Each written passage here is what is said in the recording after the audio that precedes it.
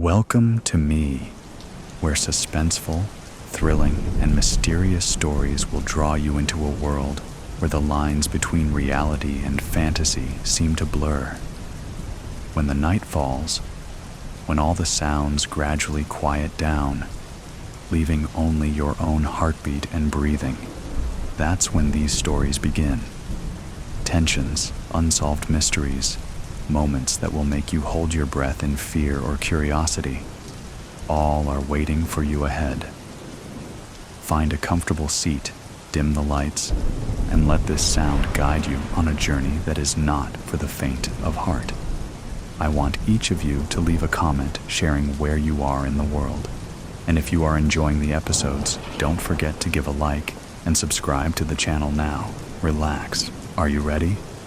If so, join me in the first story right now, The Midnight Ride. It was a dark night, one of those without any stars to look at, and a dark moon. Not even the universe was interested in what was about to happen. There was no spotlight over me, nor a guiding light to help me escape. As I ran to my car, one of my heels broke, and I twisted my ankle. I took out the shoes and limped to the door while looking for the keys in my purse. Damn big fancy bags. This whole scenario would have been much easier with jeans and sneakers. But that was not something I could change, and dreaming about better times would not help me either. My hands were trembling, and I was about to empty the bag when I touched the furry pom-pom I had attached to my keychain days before. I took out the keys, opened the door, and once I was inside, I locked the car. The street was empty. No one was screaming my name or running after me, and I took a deep breath before starting the motor.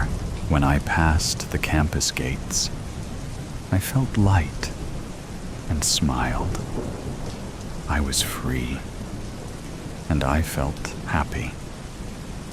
Before entering the highway, I stopped at the last traffic light and adjusted the mirror. I could not even remember the last time I touched it. And then, when I lowered it, I saw them smiling at me and waving. I tried to open the door. I wanted to jump out, but Amir moved his arm to my neck and pinned me to my seat. Ezra moved to the front slowly, while I struggled to move or breathe. Suddenly, everything hurt, and I did the only thing I could. I pushed the gas pedal with my foot, and my ankle cracked, making the pain even worse. Ezra took the wheel, while I tried to free myself from the strangling arm. But Amir whispered in my ear, "This will happen, whether you like it or not. I gave you the choice." His teeth sank into my neck, and as the pressure increased in my skin and the wound started to burn, I felt my life running away from me. The blood spilled over my white dress, forming stains that seemed broken rose petals. And shortly after, my head fell on Ezra's lap, and the car stopped in the middle of the highway. "Move her," said Amir. And Ezra grabbed my body and threw it to the back seat like I was weightless. Amir sat in the driver's seat, and once Ezra sat by his side, the car started again. I could barely breathe. The only thought in my mind was how much blood I had lost, and how much more was now running down the leather I was lying in. I had no more pain, but I was starting to feel cold.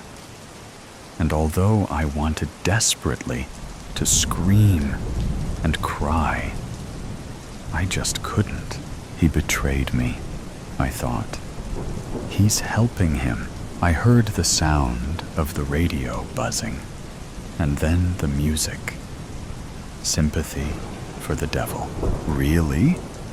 I thought, and I felt like laughing, though I couldn't. Would he now take the end of his sleeves and take them out of his jacket? What would the 16-year-old me have done in this situation? I should have been given an option and not forced into this.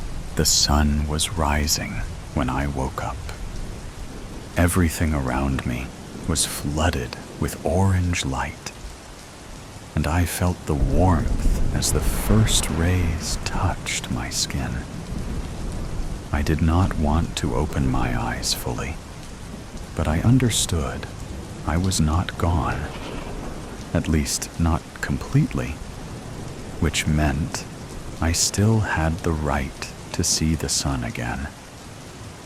It burned at first, though. Everything hurt, but I did not mind. It was like something else was pushing for me, and my body did not belong to me anymore. I was still in the back of the car, and my dress and the seat were drenched in red. My blood. How had I lost so much blood? Why was I awake? I raised my head, and my neck cracked. I never liked that sound, but that day, it was scarier than ever. The light passing through the front window blinded me for a second, but when I got used to it, I saw someone sitting in the passenger seat. I opened my mouth, but the words did not come out. Ezra, I thought, convinced that I still had that power on me, that he would listen to my thoughts, that he would attend my command if Amir were far away from us. Ezra, please. But he did not turn. I moved my arm. I wanted to sit, but I couldn't. My limbs failed me, and the only thing I managed was to grab his arm and fall to the car floor. He moved then, but not the way I expected. I was still holding his sleeve when I saw the blood crossing his arm, the wound in his neck, and his eyes opened, lost, lifeless. Then, someone opened the door, grabbed me by the ankles, and dragged me out of the car. I felt the pain once more, like someone was stabbing me with those expensive shoes I had bought weeks before. When my head hit the floor, I closed my eyes. I did not want to see what was about to happen. You complain too much, said Amir, though I knew I was the only one who could hear him. There he was, again, inside my head. You are such a romantic, he continued. He was not helpful, no matter how much you tried to make him. He was not worthy. He helped you, I thought. He was just a pretty puppet. And the puppets are good to play. I still had my eyes closed and felt a tear running down my face. He'll kill me. This all will pass, I thought. Don't be ridiculous, I heard. We have work to do. I don't like to waste talent, tamah, or blood. You should know that about me. Already, after getting rid of Ezra, he lifted my body as if I were a little rag doll and sat me in the passenger seat. The leather was sticky and smelled funny, but sweet. You'll recover soon. Don't worry. You'll be buying new shoes in no time, he said as he started the car and put on his sunglasses. The car moved away, and as the sunlight warmed my face, I knew I'd have to come up with a better plan to leave that life, that work, and that man. They're coming. They're coming.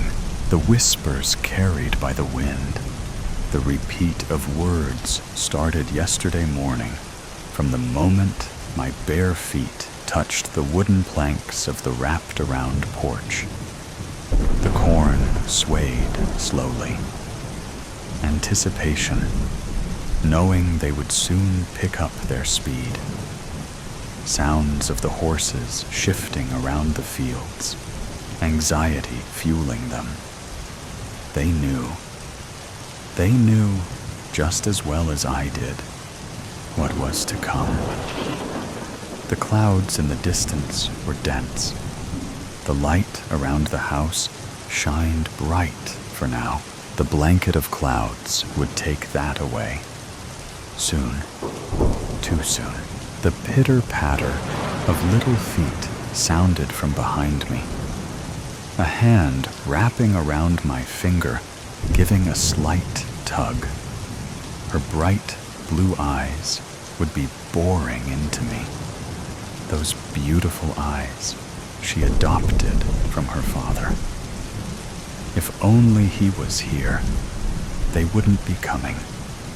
They would leave us be. They would keep their distance.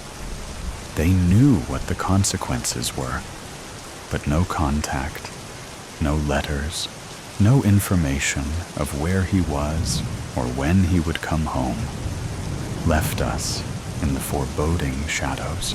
The war was bound to come. Unfortunately, we knew that. The day the papers came, he looked at me. The look of knowing all too well. He would be called upon, leaving us to fend for ourselves, while he went God knows where, to defend the great land we call home.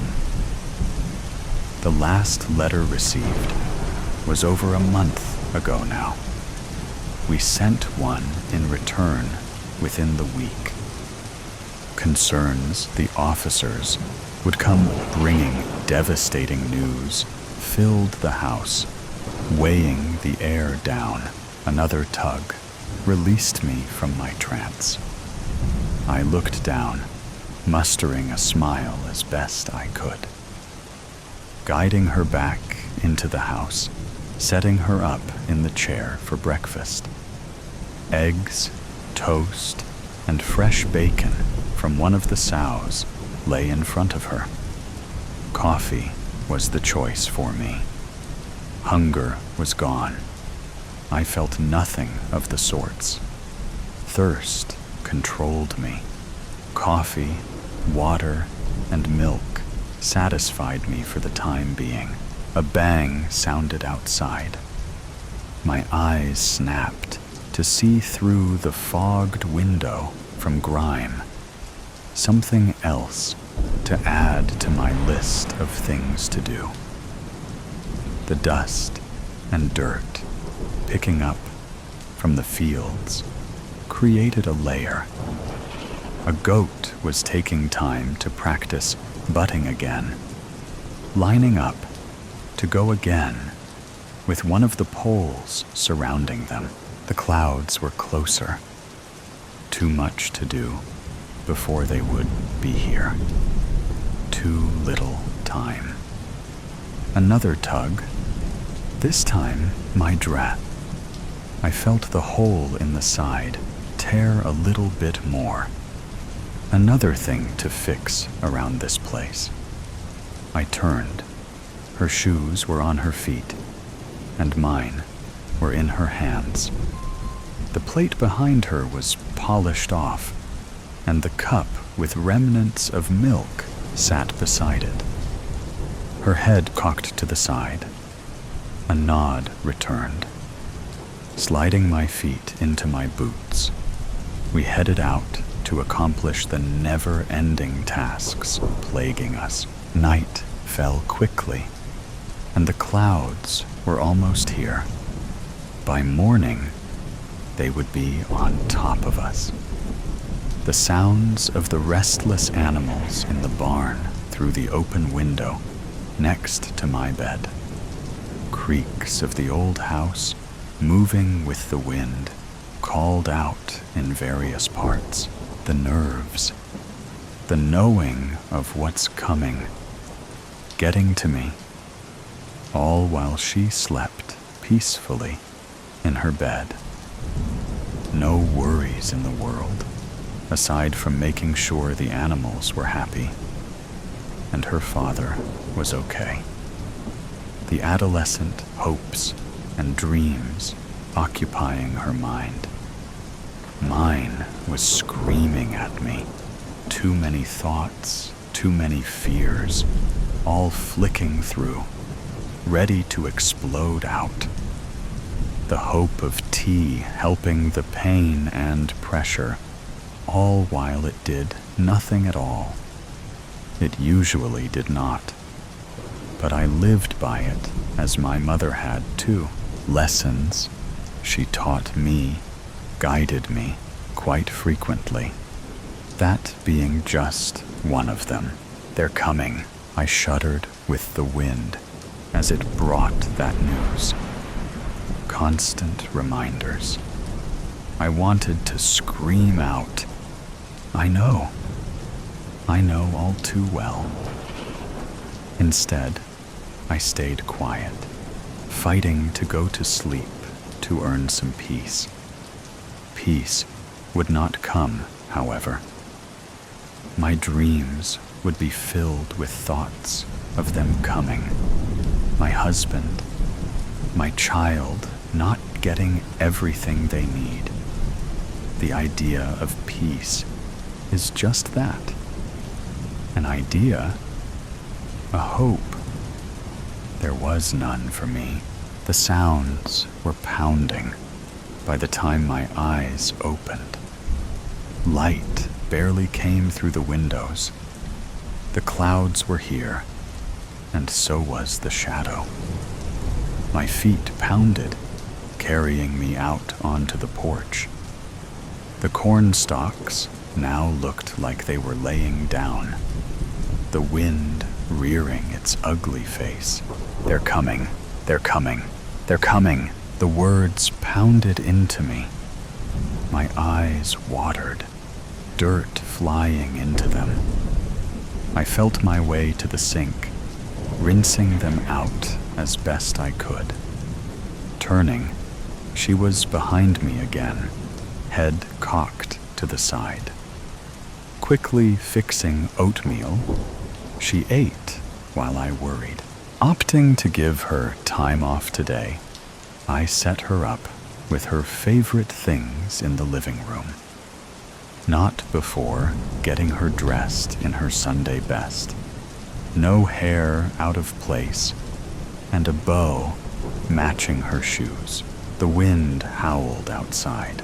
They're coming, quickly. I needed to get everything done, quickly. Forgetting my shoes, I headed to the barn, multitasking, not without dropping things.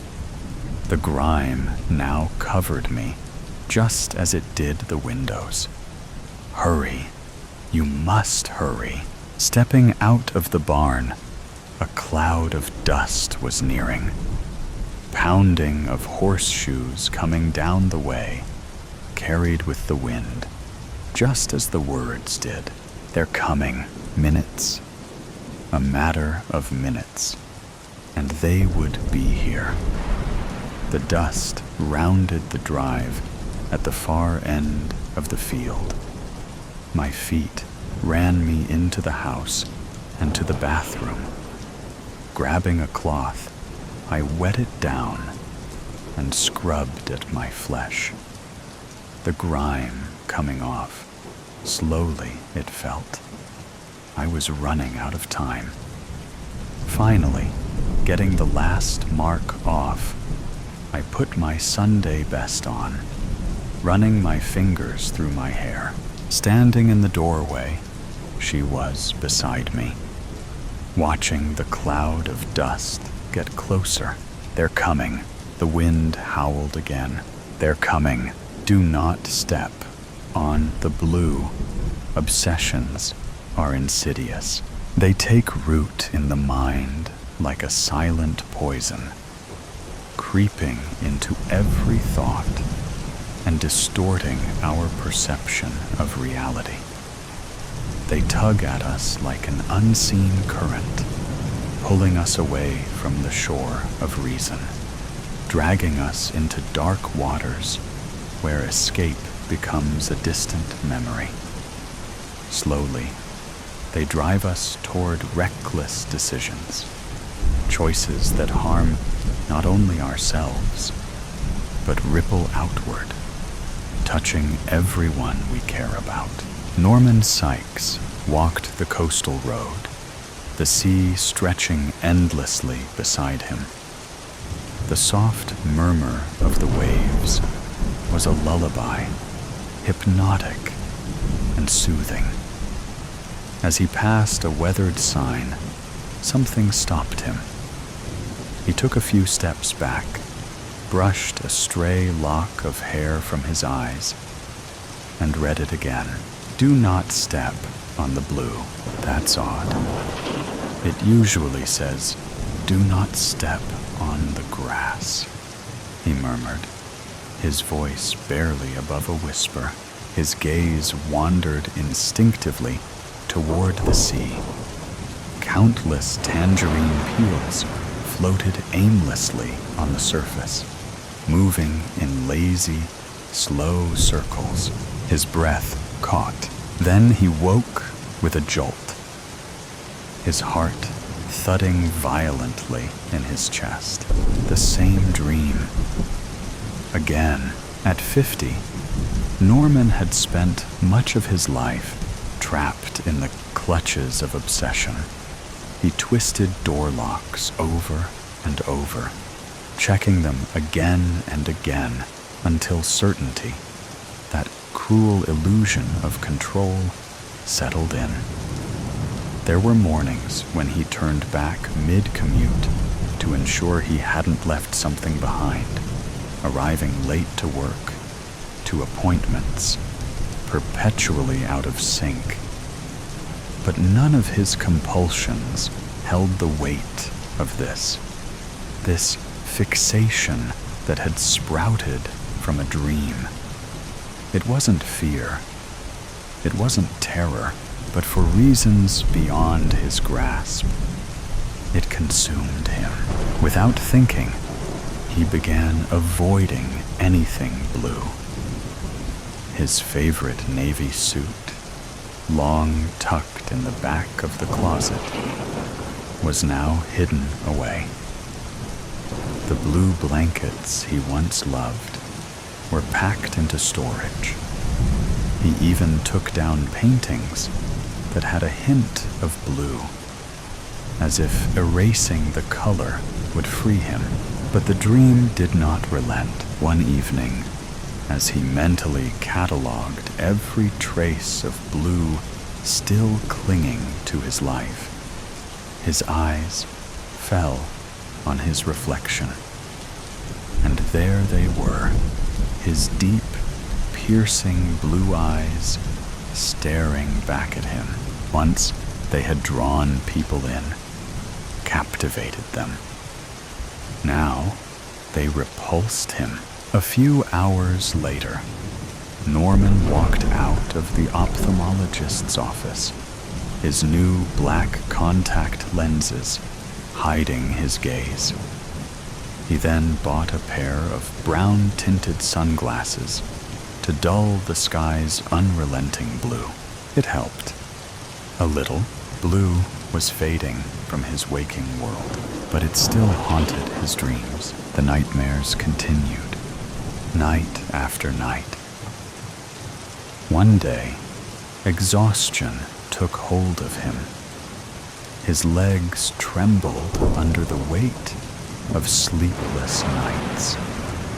He found a bench at the edge of a park, collapsed onto it, and checked the time on his phone. He should have been at work hours ago. His eyes were sore, aching from lack of rest, from the black contact lenses that felt like foreign objects against his eyes, pressing into his very soul. He hadn't taken them out in days, and the constant pain was a reminder of the obsession that had consumed him. He had always believed control was the answer. If he could just manage his thoughts, his actions, he could maintain order. The faint echoes of his dream lingered. The blue, the tangerines, the sea, strange but familiar, all-consuming. He walked on, each step heavier than the last. Shops, people, the noise of the city, it all passed him by. He was lost, trapped inside his own thoughts, unable to escape. At a street corner, he saw a vendor with a cart piled high with tangerines. His chest tightened. The sight of them made his skin crawl. He couldn't breathe. Without thinking, he rushed forward, his foot swinging violently to kick the cart over. The tangerines spilled everywhere, rolling onto the street. He heard the vendor shout in anger, but Norman didn't care.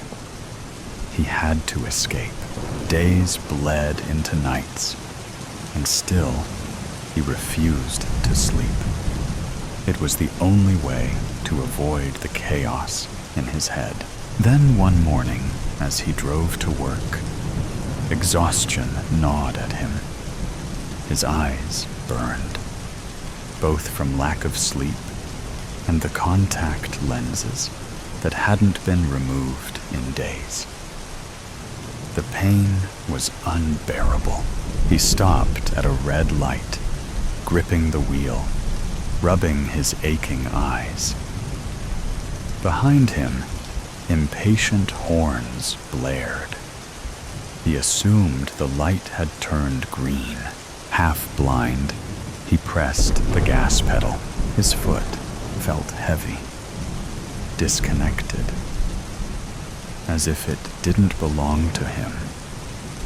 The world before him seemed to warp and bend, the street stretching out like a mirage. It happened too quickly for him to react. He never saw the van, brimming with tangerines, rounding the corner. Nor did he realize the honking wasn't for him. The driver of the van swerved violently, trying to avoid him. But it was too late. The collision was brutal. Norman didn't even have time to brace himself. The crash threw him back in his seat, the airbag bursting in his face with a deafening pop. His head rang, his vision blurred, but it didn't matter. His mind was elsewhere. Tangerines exploded onto the pavement, tumbling into the sea. They bobbed weightlessly on the water's surface, like fragments of his dream, somehow real. A motorcycle became entangled in the crash, its rider hurled onto the counter of a small paint shop. Norman barely registered the chaos around him. It was too much. A bucket of paint flew through the air, landing in the grassy park nearby, right beside a sign that Norman had passed countless times before. A sticker on the bucket read, "Blue." The sign split in two, crashing to the ground next to the bucket. A shattered reminder of everything Norman had been avoiding. It had never made sense before, but now it felt like an undeniable truth. Had anyone been there to read it, they would have seen the warning. Do not step on the blue bloodlines. The first time I noticed something was off, I was 13. It was a school night, and I got out of bed late in the night to sneak a soda from the fridge. The house was silent, except for the low hum of the television in the living room. It was unusual for anyone to be up this late. My dad sat in his chair with the light off, watching the late news. The headline at the bottom read, "The Nightshade Killer Strikes Again. 15 victims confirmed." I watched silently for a moment while the reporter talked about a lack of clues and how the police seemed to be baffled.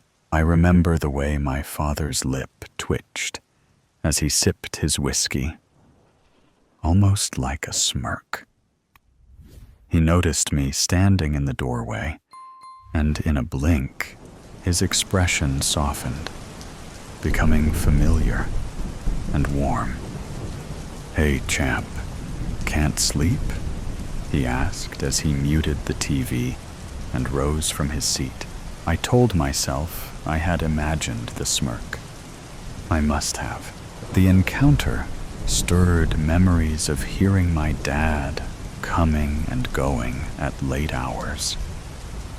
How closed off he could be at times, and how he would sidestep Mom's questions of where he was going and who he was with when they fought behind closed doors, thinking I couldn't hear. He was hiding something. A few weeks later, they had a huge fight. Mom accused Dad of having an affair, which he denied. Mom and I ended up leaving for a few months that summer to stay with my grandparents. Dad eventually convinced Mom he was not having any affairs, that his problem was with gambling, and he was getting help. I'm not sure if Mom totally believed him, but we did move back home, and things did seem to get better. The late-night outings stopped, and the tension at home faded with time. Eventually, the memory faded too. The killings had stopped, and the Nightshade Killer became an urban legend, the subject of true crime, podcasts, and late-night horror stories kids told at sleepovers and on camping trips. The police moved the case onto the cold pile, and most thought he had died or been locked up for some other crime. Then, when I was in my late 20s, they found another body.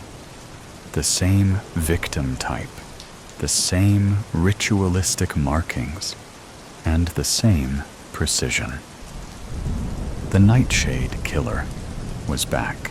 That night, I visited my dad for dinner. As soon as I stepped into the house, I noticed something was off. The house seemed cleaner than usual. I could smell bleach in the air, thick enough to sting my nose. My dad was his usual self, calm and collected, always in control. He explained the smell away as a laundry mishap.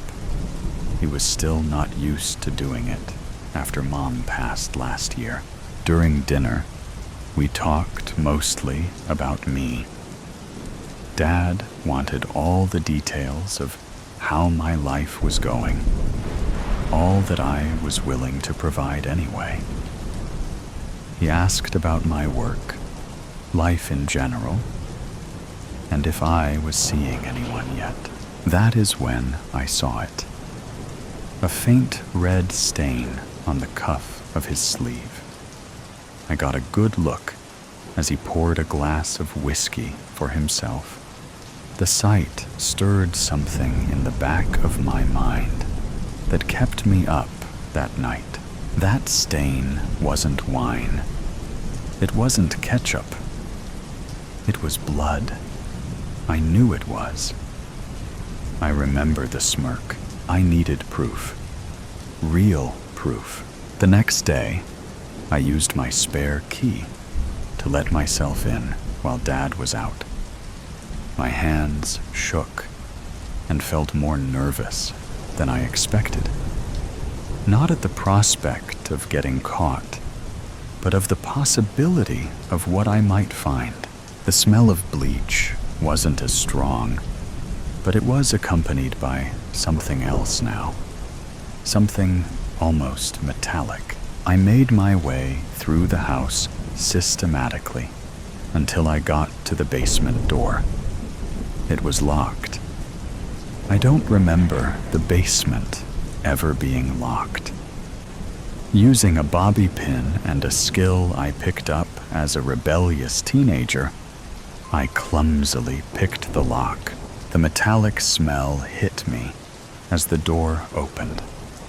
My stomach twisted as I descended the stairs, and the fluorescent light flickered to life overhead.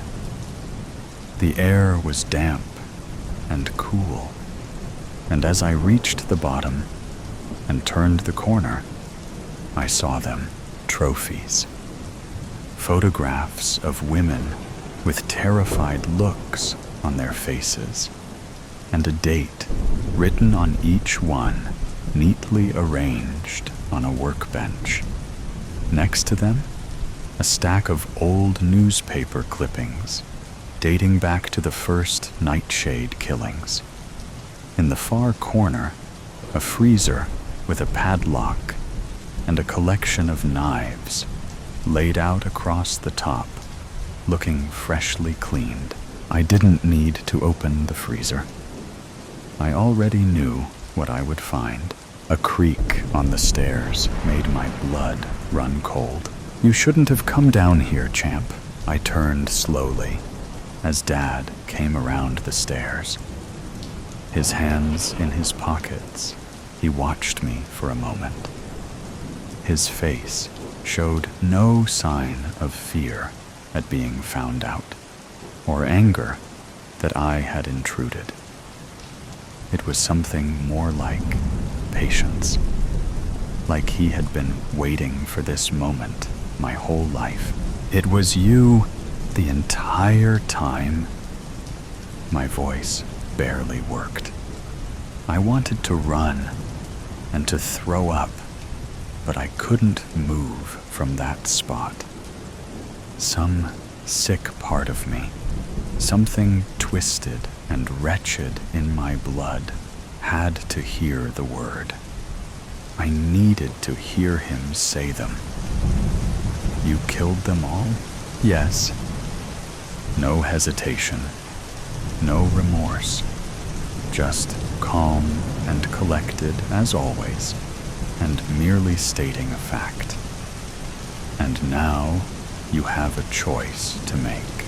At that moment, I felt the weight of generations pressing down on me. My mouth went dry as I tried to swallow. I wasn't sure if I was afraid of him or of how much of him was in me. I felt my lip twitch almost involuntarily. Maybe I was afraid of the choice I already knew I would make. Colorless Heart. Set your story in a world that has lost all color. Colorless Heart by Lucy Apatow. Marie roused from sleep in the double bed inside the Paris Hilton Hotel. She sank into the comfort of the silky sheets and the fresh fabric smell. A smile splashed across her face, unable to open her eyes just yet. Freedom at last. Just her. No one else. No jumping on eggshells. Not being caught off guard. No secrets. No lies. Just Marie. No other soul in this room. Away from him. But it wasn't only about liberation. It was about protection. Keeping her loved ones safe. She had to keep them alive. And this was the only way. Freedom for herself, but separation from her loved ones. But that one person foremost in her brain. Salvatore. Marie had recently attended a gun range and learned how to fire a gun, just in case. She never knew when she might need to use it. It was about protection. The alarm on her mobile phone jerked her fully awake. A yawn filtered through as she slowly opened her eyes and spotted her phone on the dull black bedside table that had been brown yesterday. The white cushions that had been hues of purple. The black curtains that had been taupe. The ash-black carpet beneath the bed that had been gray. And the black sky through a gap in the window curtain that had been blue. No more blue skies. No more shades other than black and white. The world had lost its color. Marie's breath quickened as her heart palpitated. She rose from bed and rubbed her eyes hard. It had to be her eyes. Had she suddenly become colorblind? Where were all the bright, vibrant colors when it was what she needed? She shut, then opened her eyes, but nothing changed. Her world was drab, colorless, soulless. Her shoulders slumped over. Her head bowed. A slow chill ran up and down her spine. Curiosity peaked. Her skin reddened and turned hot. She had no choice but to be here in this colorless world. What had happened overnight to turn her entire world into a shroud of darkness with only black and white in its midst?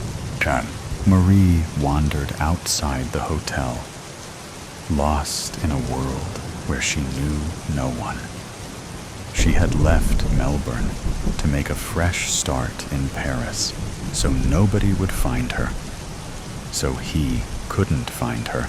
She couldn't believe having woken up in Oaths, with shades of gray and black blocking her view of natural color, light, and even shades of gray.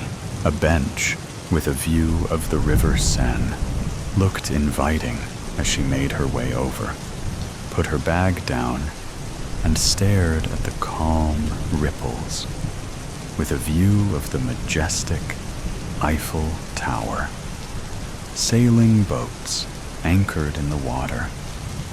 bunched up trees, and riders swinging their arms inside canoes. The wind scraped her face in the winter.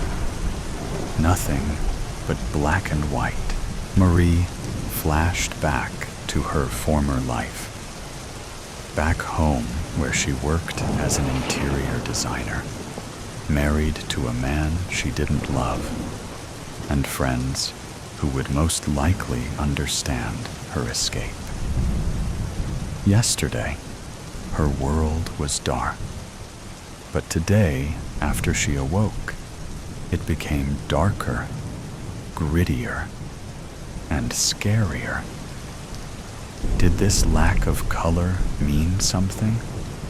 Could she no longer design with color to refresh old homes or design new ones if she wanted to start over in France? She had not rung anyone except her best friend Helena about her sudden escape for their own protection. With a call from a burner phone, she announced her safe arrival. "Do you have color? Or has the world changed?" Helena replied. "What are you talking about? The things in the world. They're in black and white, Helena. I woke up this morning and nothing was in color. No blues, browns, pinks, purple, yellows, or any color. All gone. Is Melbourne the same? Don't be silly, Marie. We still have color. Have you become colorblind? Had your eyes checked? You couldn't have become colorblind in an instant. Go get them tested. Oh, and please stay safe. I don't know when I'll call you next. You know how he is. He could be tracking this conversation, even if it's on a burner phone. I love you, Marie. And I'm glad you're safe now. One day, we'll be together again." Marie fought back tears after ending the call. She would miss her loved ones, but she still didn't get what was going on. Was she the crazy one? Or did only Paris lose its color? With a sigh, Marie rose and made her way back to the hotel, knowing she'd have to find herself permanent residence. As she crossed the wide road, a towering man brushed her shoulder. "Oh, sorry." He locked eyes with her and walked ahead of her on the other side of the road. His broad shoulders and black eyes made her shudder, stopping in his tracks. "I have a message to give you." She angled her head. "Who are you?" "Here, take this," he said. She retrieved the note.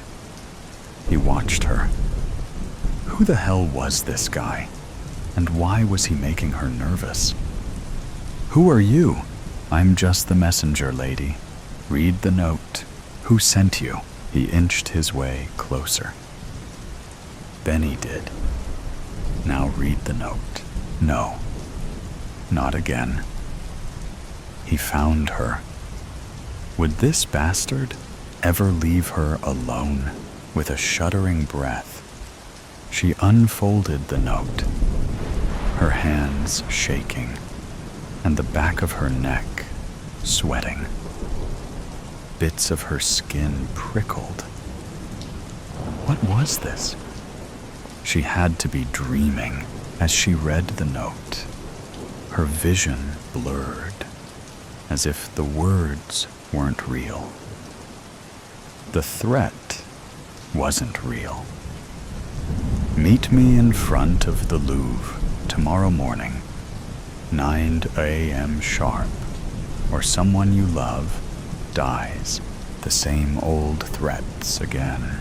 How did he find me? The man bared his crooked teeth with a smile. He swaggered off into the distance. It wasn't over. It never would be. The next morning, Marie paced her steps towards the Louvre, a queue that was a mile long. She wondered if anyone would ever reach the entrance to the museum. The glass panels of the building distracted her from the enemy she was about to meet. Each step drew her closer to the devil. When would it end? Her breath hitched as she stepped on uneven ground, razor-sharp pain cutting into her lower back as she fought the gust of frozen wind. She had to free herself. But how? He would always find her, threaten her, obsess over her, and abuse her. She'd been abused for 3 torturous years. Storm clouds brewed when Marie drew closer to the swarms of people. It was almost 9 o'clock, and passers-by stared at her as if she as an alien. Was it obvious she was heading towards her death chamber, to her dreaded foe? A cold caress at the back of her neck made her freeze in her spot. She turned. It was him. Benny. In all his wealthy glamour, the bastard wore a black tie, black buttoned-up suit jacket over a black cashmere jumper with black pleated pants over Italian leather shoes. He smelled rich. "Follow me," he said, as he prodded her towards an unknown destination. They walked in silence as his intermittent glares unnerved her. The squeeze of his arm draped through hers, leaving bruises, but she said nothing. His pinch at the back of her neck made her flinch, but she said nothing. The push and pull of her hair strands made her want to cry out, but she didn't. Hidden pain to display her fake strength. When finally, she sat down outside the cafe with its outdoor setting, he ordered hot drinks and croissants. No one does what you did and gets away with it. She swallowed, her lip trembling as she stared past him. "Please don't hurt him," he chuckled and threw his head back, his stained white teeth prominent. Flicking a cigarette over an ashtray, he tilted his head. "You're lucky I love you, Marie. If I didn't love you, you'd be dead by now. But you ever try something like this again, and I won't hesitate to slash your throat, feed your decrepit body to the fish in the Seine River. Got that?" She nodded, a black spot clouding her vision. Puffs of smoke floated towards her and made her cough. Not that he cared. He was a narcissist. He retrieved his phone. "Watch this. No, I mean business, Marie. I don't blow damn smoke up my arse." She gripped the phone and saw him, tied up to a chair, gagged, beaten, tortured. 2 black eyes, bruising across his cheek, haggard, frail, head hanging down low, as if giving up. "No, don't give up, my love. Never give up." A gasp of air grounded her. Rattling teeth must have made her look scared in front of him. "Is he all right?" he scoffed. "That depends on you. You put one foot wrong. Leave me again, and he dies. Only when we're safely back home, he'll be released." The waiter returned with the croissants and hot coffees. "Sorry about the croissants. They're a little overcooked, but these are more their natural yellow." Marie winced. "But those croissants are black, not yellow." He waved a hand. "Don't mind her. She's the constant joker. But no worries. We'll have them as they are." The waiter nodded. "Black, you say?" Benny glared. "Leave us." The waiter walked off with a curious gaze. He turned to her. "What is wrong with you? Can't you see the color of the food?" How could he not see what she was seeing? What was wrong with her? "No, everything is black and white. I don't see color anymore." He laughed. "Are you telling me you don't? You see the brown coffees, the blue ashtray, the beige tablecloth, my red tie, my dashing blue eyes?" Her heart missed a beat as she gritted her teeth. "No, I lost sight of color this morning. I woke up like this. Everything is black and white." "Interesting," he said. Marie looked past him and spotted the man she'd seen earlier. The one who had given her the note. He was standing by a lamppost, sculling a bottle of beer. Why was he around? He must have been Benny's bodyguard, in case she made a run for it. Marie and Benny stepped inside her hotel room. He pushed her towards the wardrobe. "Start packing. Our flight leaves in a few hours." "Okay then." She pushed aside her floating tears and steeled herself by pulling out her suitcase from underneath the bed, unzipping it. As if in a surreal world, she pulled clothing off hangers and threw them into the suitcase. She was going back to her prison, away from the love of her life. If only she had been stronger a few years ago, when he had framed her ex-boyfriend, Salvatore, for murder, just so he could be free from prison. She was forced to marry him. Marriage to Benny in exchange for Salvatore's freedom. She had never explained why she'd broken up with him. Had to convince Salvatore she no longer loved him. It had cut her insides, but she had to keep him safe. Salvatore had not given up on her and found ways for them to meet secretly. But Benny always found out about their secret rendezvous. He had put plans in place, made the worst things happen. Benny involved in Salvatore crashing his car, ruining his reputation in business, injuring his friend with a beating by his henchmen, and almost killing him at least twice. Now Salvatore was threatened with death. What more could the creep do?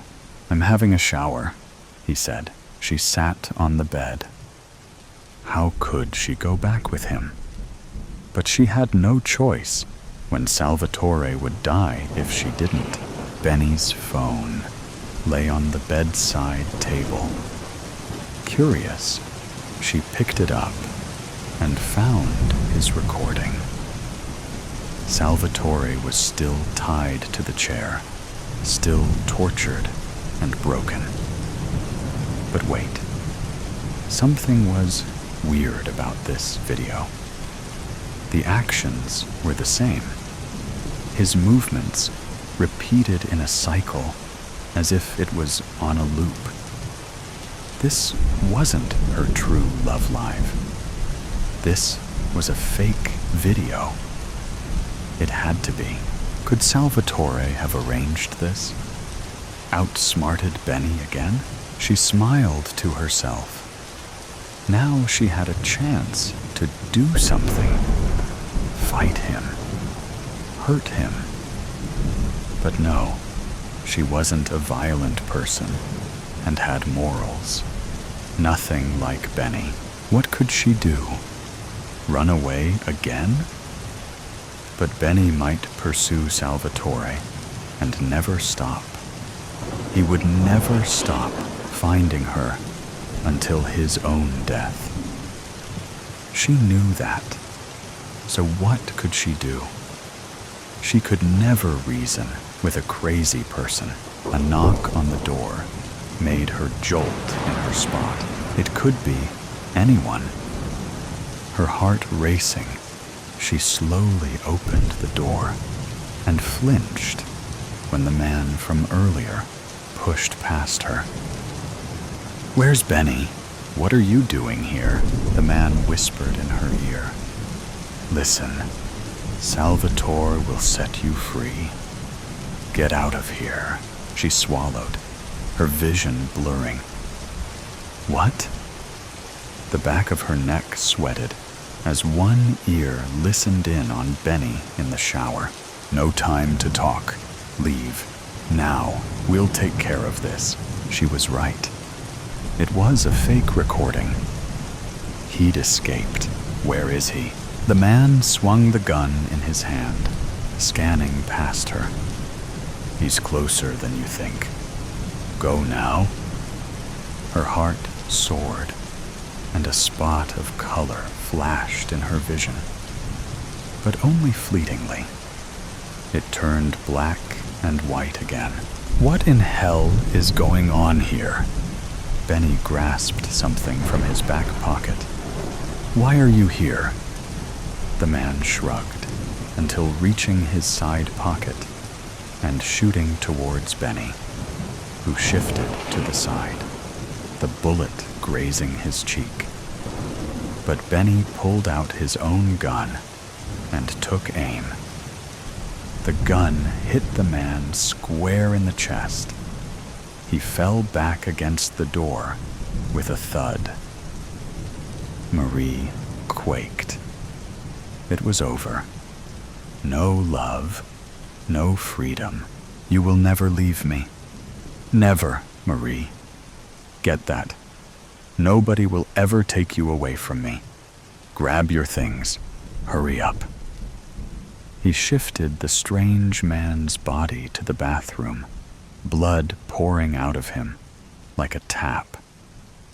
When he returned, Benny shoved her aside and flung the remainder of her clothes into the suitcase. "Now zip it up and let's leave pronto." He sat on the sofa and scrolled through his phone. A call to one of his stupid thugs. Goosebumps swarmed like insects over her arms as a dull ache at the back of her neck made her queasy. This had to stop. Slowly zipping up the baggage.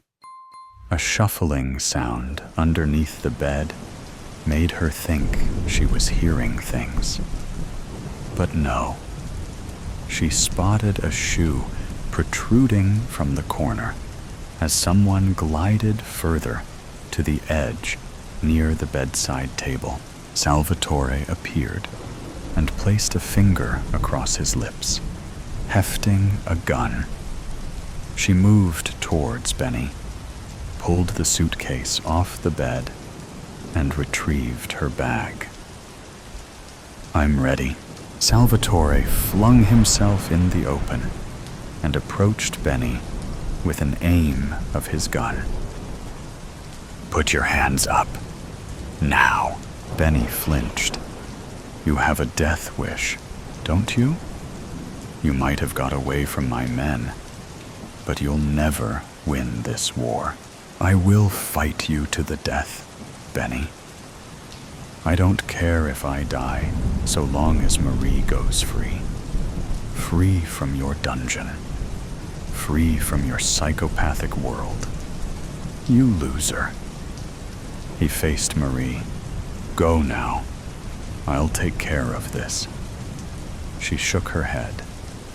We fight with our hands. Fight to the death. Benny scoffed. Fine with me. He shoved his pistol inside his back pocket and took a fighting stance, while Salvatore did the same. No, please, Salvatore. Just go. I can't be with you. Benny's my husband. I'm going back to Melbourne with him. Please, leave. No, Marie, enough is enough. Benny threw the first punch, then another and another, until he went down. He gouged one of Salvatore's eyes and flung his head hard against the carpet. Marie moved. No, Benny, stop. I'll come with you. Please stop. Benny softened, giving Salvatore the chance to pound into Benny with a blow to the kidney, and then a swift kick in the leg. Lamps overturned, magazines tumbled in the air, and the coffee table shifted. Benny kicked him on the side of his abdomen, and he keeled over. She had to do something. But what? Benny reached for something in his pants pocket. A flick knife. No. He was going to break the rules. Not on her watch. Salvatore attempted to rise when Benny stepped forward. A smirk plastered over his face. He wandered over to him when the knife swung in the air. Marie reached for his back pocket, pulled out the gun, and aimed. Stop, or I'll shoot, he scoffed. You don't have the guts. Don't even know guns. Benny ignored her, about to stab Salvatore in the throat. Marie pulled the trigger and shot him twice in the stomach. The knife fell, and he dropped like a sack of potatoes. Blood seeped onto the carpet, and she watched and waited for the life force to draw out of him. 3 years of hell. 3 years of watching over her shoulder. 3 years of fearing the lives of her loved ones. Walking quietly on eggshells. Those days were over as the rotten apple drew his last breath. Salvatore shuffled towards her and hugged her. I love you, Marie. I'm sorry I couldn't protect you from him. You've always protected me. She beamed. I love you too, Salvatore. She savored the gentle caress of her lover's strong arms around her waist. Her eyes shifted, her surroundings vibrating with color. Nor more colorless world. Bread, tea, life. A steaming loaf of bread. For the last year, Marco, a UX designer by profession and a baker by hobby, has been fighting forgetfulness. Not sure how it started. Maybe there was a medical reason. He'd lay in bed thinking a tumor was cooking in the corner of his brain, slowly degenerating his memory, closer to a stroke with each day. He didn't even know if brain tumors and strokes had to do anything with one another. He just knew both were bad and didn't want to know more. Or maybe it was all due to alcohol and cigarettes in his younger years. He used to drink and smoke heavily until the bad habits caught up with him at his friend's wedding 3 years ago. He woke up with a hangover, but it was a different type of hangover. His head felt like a malfunctioned computer that worked at 50% of its capabilities. His mind would turn on and off as he was waiting for breakfast. Then, after a fourth time going to breakfast to douse his face in cold water, his brain turned on entirely.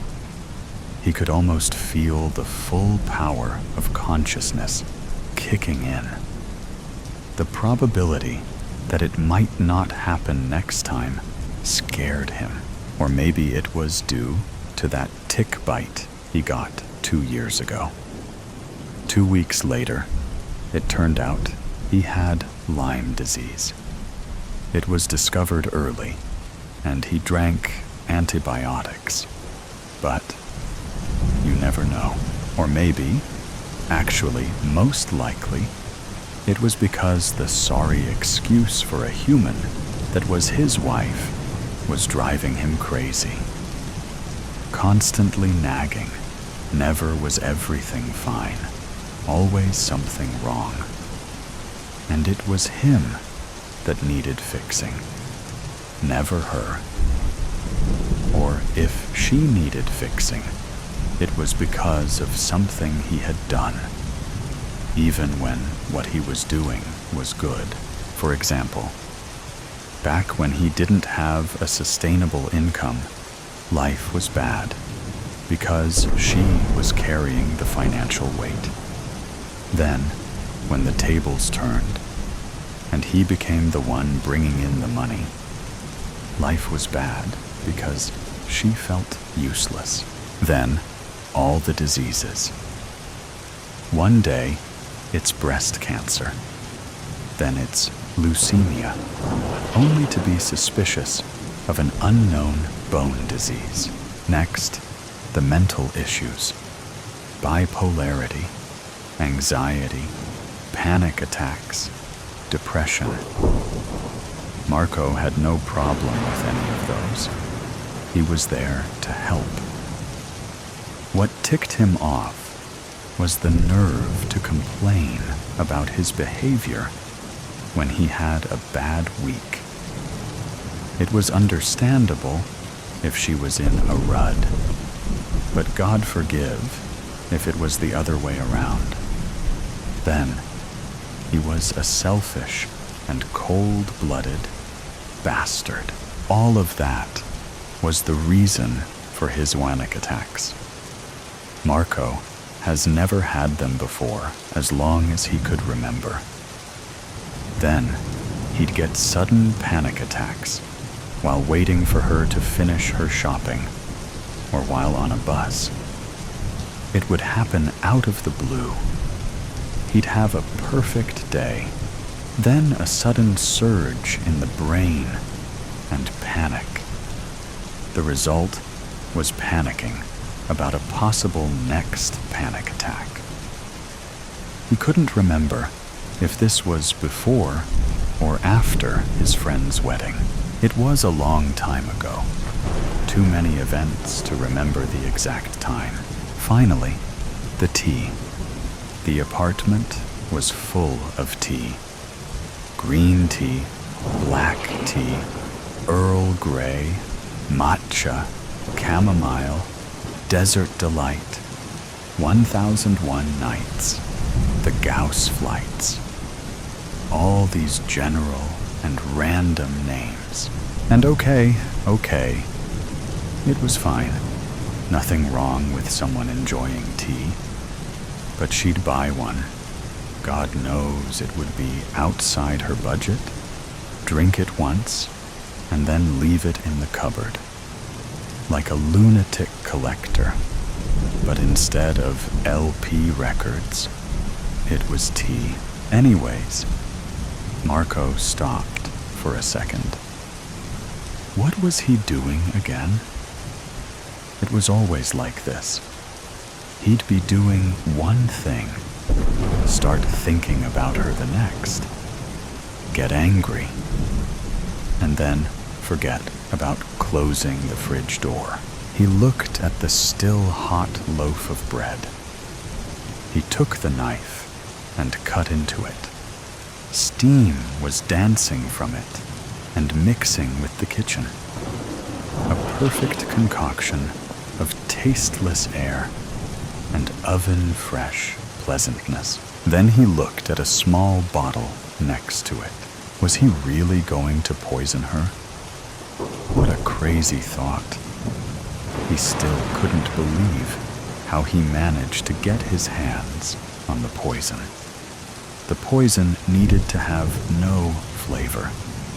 He didn't want to jeopardize the bread, but could he do it? Now that the moment has arrived, could he kill? No. Could he kill another person? His wife, out of all people. He wasn't that type of person. The ones you read about in the news, they are always ugly, weird, and either too thin or too fat. He wasn't that. He liked people, and people liked him. Unlike the fat and the thin, he had a reason. She brought him to this point. He'd never do it for pleasure. His action was justifiable. He cut 2 pieces of bread and put them on a plate. He opened the fridge and took some ham and cheese. Next, he cut both ham, cheese, into fine finger food pieces and decorated them next to the bread. The fridge light helped him see better. He picked up the plate, took a deep breath, and walked towards the living room. He stopped. Wait.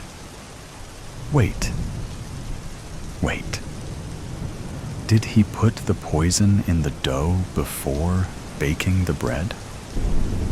He remembered pondering whether to lace the bread before or after. It made sense to do it before. But what if the heat neutralized the poison? Unlikely, but it could happen. He should have used more than a few drops. What's the worst that could happen if he didn't? He chuckled. She'd die even more? Snap out of it, Marco. Did you put the poison or not? He grabbed the bottle and brought it to his eye level. He jigged the small brown bottle to see if there was less poison than before. No idea. He pulled the cork and smelled the poison. No smell. What was he expecting? Damn fridge. Always forget to close it. Marco slammed the fridge door. What to do? What to do? Maybe he should roll with it. And if it works, it works. If not, he'll try again. No. That means he'd have to hide the poison somewhere in the apartment until the opportunity arrives. He couldn't live with the stress, not with all the cleaning she does every single day. Bake another bread? But what if she arrives while he's baking the second bread, and the first bread is already on the table? How would he explain that? His gaze stopped at the tea cupboard. He grabbed the chamomile, mint, lavender, rosemary, and clove mix. Turned on the stove to boil water. 250 milliliters exactly. He shoved a teaspoon into the mix and combined it with water. Then he waited for 5 minutes. The tea was ready. Just don't forget, the hunt never ends. You thought that we wouldn't find out, didn't you? The note read. The man had shivered when he had read those ominous words, as perspiration began to drip down from his temple, the salty liquid seeping into his eyes and temporarily blinding him. This is the end, the man had said to himself in an agitated, trembling whisper, as he looked down at the sheet of notepaper which had been left on his office desk.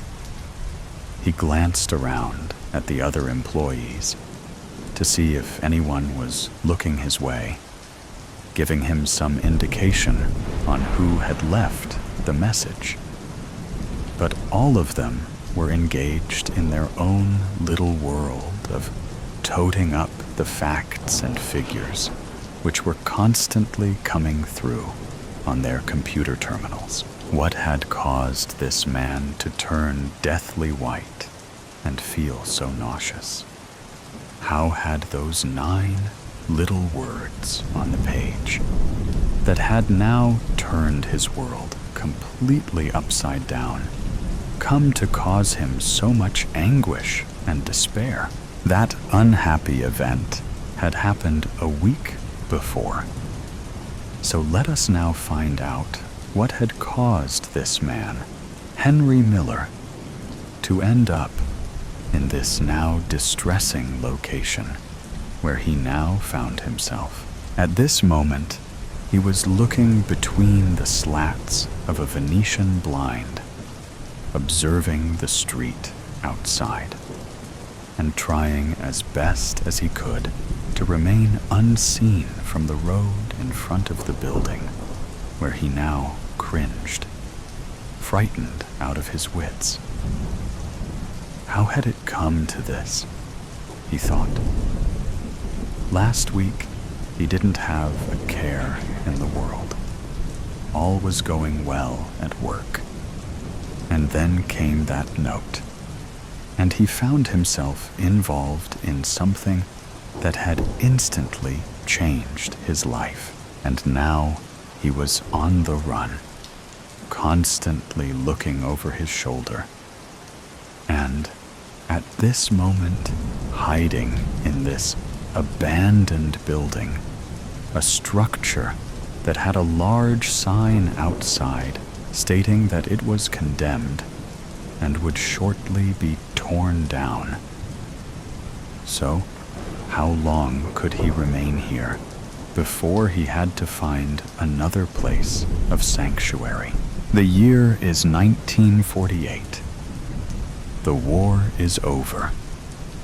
After 6 years of bloodshed and butchery by a psychopath and his evil, willing collaborators, during which an estimated 80 to 100 million people had died or been murdered. The Nuremberg trials had finished, and many, many hundreds of German Nazi war criminals had found justice on the end of a rope for crimes against humanity. Then, there were some who had decided that a cyanide pill was a much quicker way to escape the noose of retribution.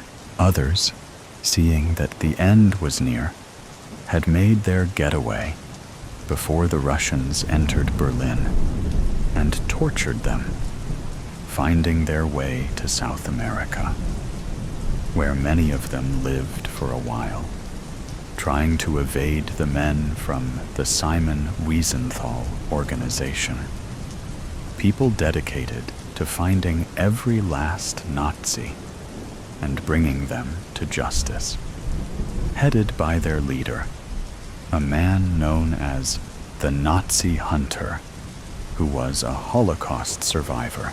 Even though many years have passed, the hunt still goes on, still finding those vile and depraved monsters, a subspecies of the human race. Although some are well into their dotage, justice is still being served. A particular case in point is the case of Adolf Eichmann, who, along with Heinrich Himmler, was the architect of the final solution, where 6 million Jews were sent to the death camps, only to be gassed, their bodies cremated, and the remains crushed. Eichmann was finally located in Argentina in 1961, thinking that after 16 years, he was safe. But justice caught up with him, and he met the Grim Reaper on the end of a rope a year later. But returning to Henry Miller, a man who had changed his name from Henrik Mengele and who had managed to escape from his home in Germany to live in Spain, a neutral country during the war, just after the conflict had begun. The surname he was born with, Mengele, was the same name as the man who was once revered by the Nazi Party for his inhumane and horrific experiments on unwilling participants. The infamous Dr. Joseph Mengele, a man given the name of the Angel of Death, a man, if indeed he could even be called that, who performed appalling and unspeakable experimentation on live inmates of the concentration camp at Auschwitz. Most of those subjects dying a lingering, painful, and agonizing death, all in the cause of making the so-called German master race into a nation of blue-eyed, blonde, Aryan supermen. But what had caused Henry to be reduced to his present situation? It was all due to that one large letter that he had found on his desk just over a week before, which caused him a great deal of torment. He had read the words, his trembling hands trying to stop the shaking that was coursing through his body. The words that read, "You thought that we wouldn't find out, didn't you?" For many years, he had feared that maybe someone, somewhere, at some time, might find out about his namesake and make his life a living hell, maybe even murder him, with the idea that he was in some way engaged in the work carried out by that misguided and psychotic mass murderer, and had, somehow, missed out on receiving the same fate that had befallen the other members of the Nazi death squads. But he had been so careful, and had never told anyone of his former name, or his possible relationship to the Angel of Death at Auschwitz. So, how could someone have found out where he lived or worked? The only way out that he could think of was to go on the run, getting well away from anyone he had worked with and from where he had lived. He had no plan, just a crazed idea that he must stay out of sight in this empty building before he made his next move. All sorts of wild ideas coursing through his brain. Thoughts that he had never even dreamt about. Up until now, came into his mind.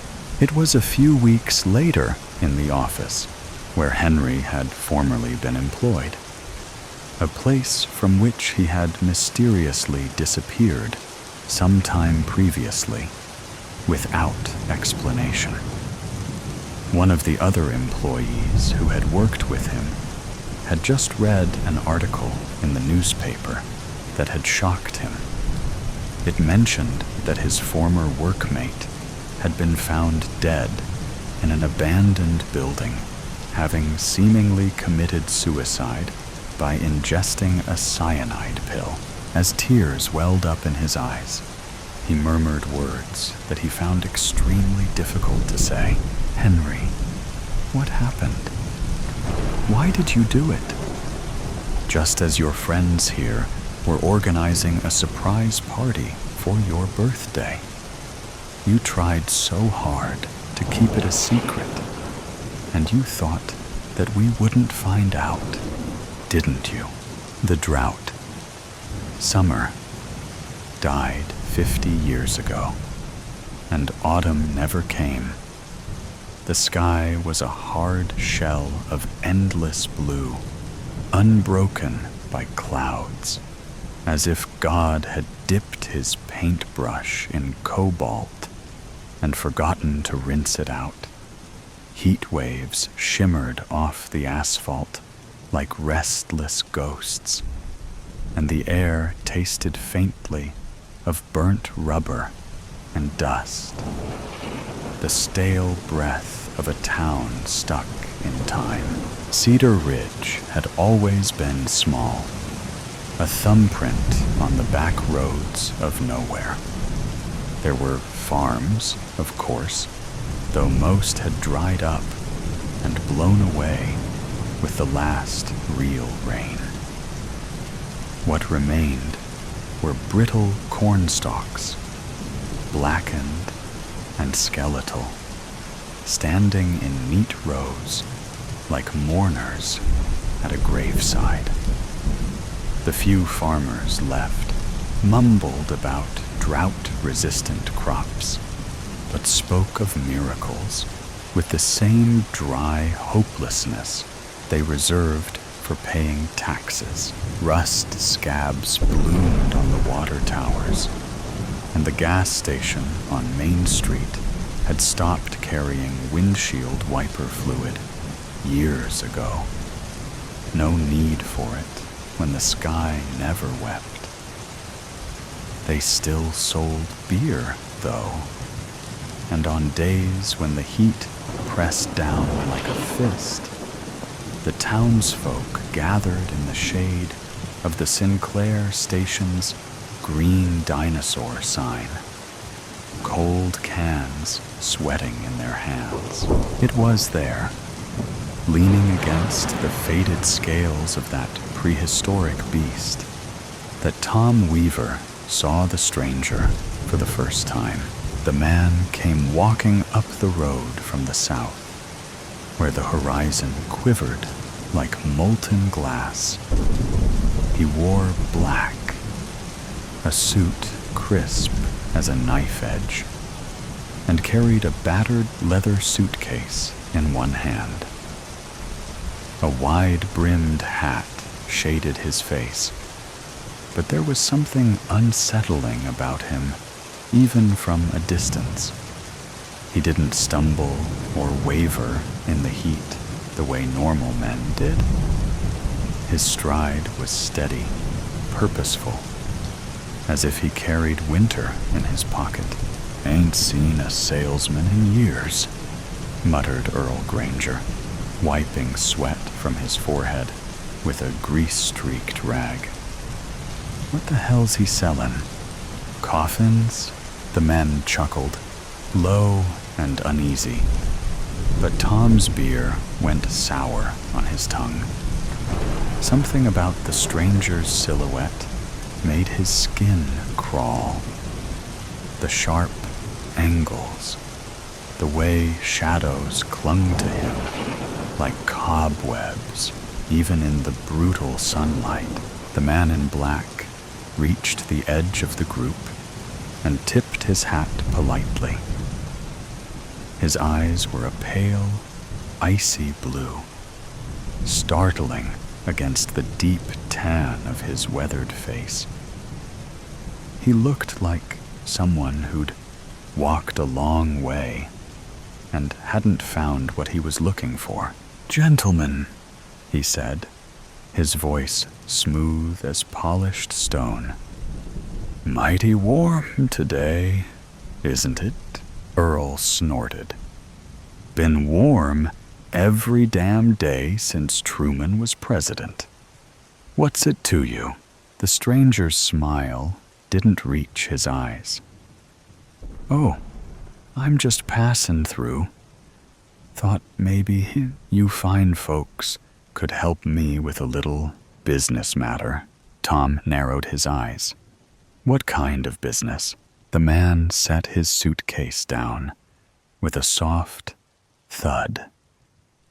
The latches gleamed like silver teeth as he flicked them open.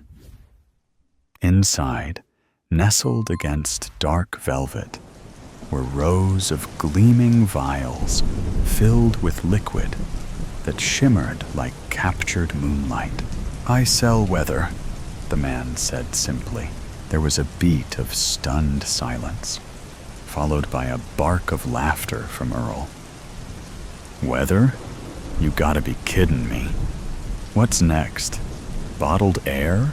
The stranger didn't flinch. "Rain, snow, a cool breeze on a summer's day. I've got it all. Guaranteed to work or your money back." Tom stepped closer, curiosity prickling beneath his unease. He peered into the case, mesmerized by the swirling colors. One vial shimmered with iridescent blues and silvers, like the reflection of moonlight on water. Another glowed a fierce, fiery red. "How much?" Tom asked before he could stop himself. The stranger's lips curved into that unsettling smile again. "For you, sir? A bargain. One memory, freely given." Tom blinked. "A memory? Just a little thing," the man assured him. "Something you won't miss. In exchange, I'll give you enough rain to fill your fields for a season." Earl spat on the ground. "This is bullshit. Come on, Tommy, let's get out of here." But Tom's heart was pounding. He thought of his farm, the cracked earth, the dying crops. Thought of his wife, Ellie, who hadn't smiled in months because she knew what was coming. The bank foreclosure, the auction, the slow death of everything they'd built together. "What kind of memory?" Tom asked hoarsely. The stranger's eyes gleamed. "Oh, just a small one. Perhaps the taste of your first kiss, the sound of your mother's laughter. Nothing important." Tom hesitated, then nodded. "Deal." The man in black extended a gloved hand, and Tom shook it. The air shimmered between them, and for a moment, Tom felt a strange, dizzying tug deep in his chest, like something had been gently plucked from inside him. When it was over, the stranger handed him a vial filled with shimmering blue liquid. "Pour this over your fields tonight," he instructed. "And remember, the bargain is sealed." Tom barely heard him. His mind was already racing with visions of green fields, and heavy rain. That night, under a sky still stubbornly cloudless, Tom stood at the edge of his withered fields. The brittle corn stalks rattled faintly in the dry breeze, a chorus of death. His hands trembled as he uncorked the vial, the shimmering blue liquid catching what little starlight there was.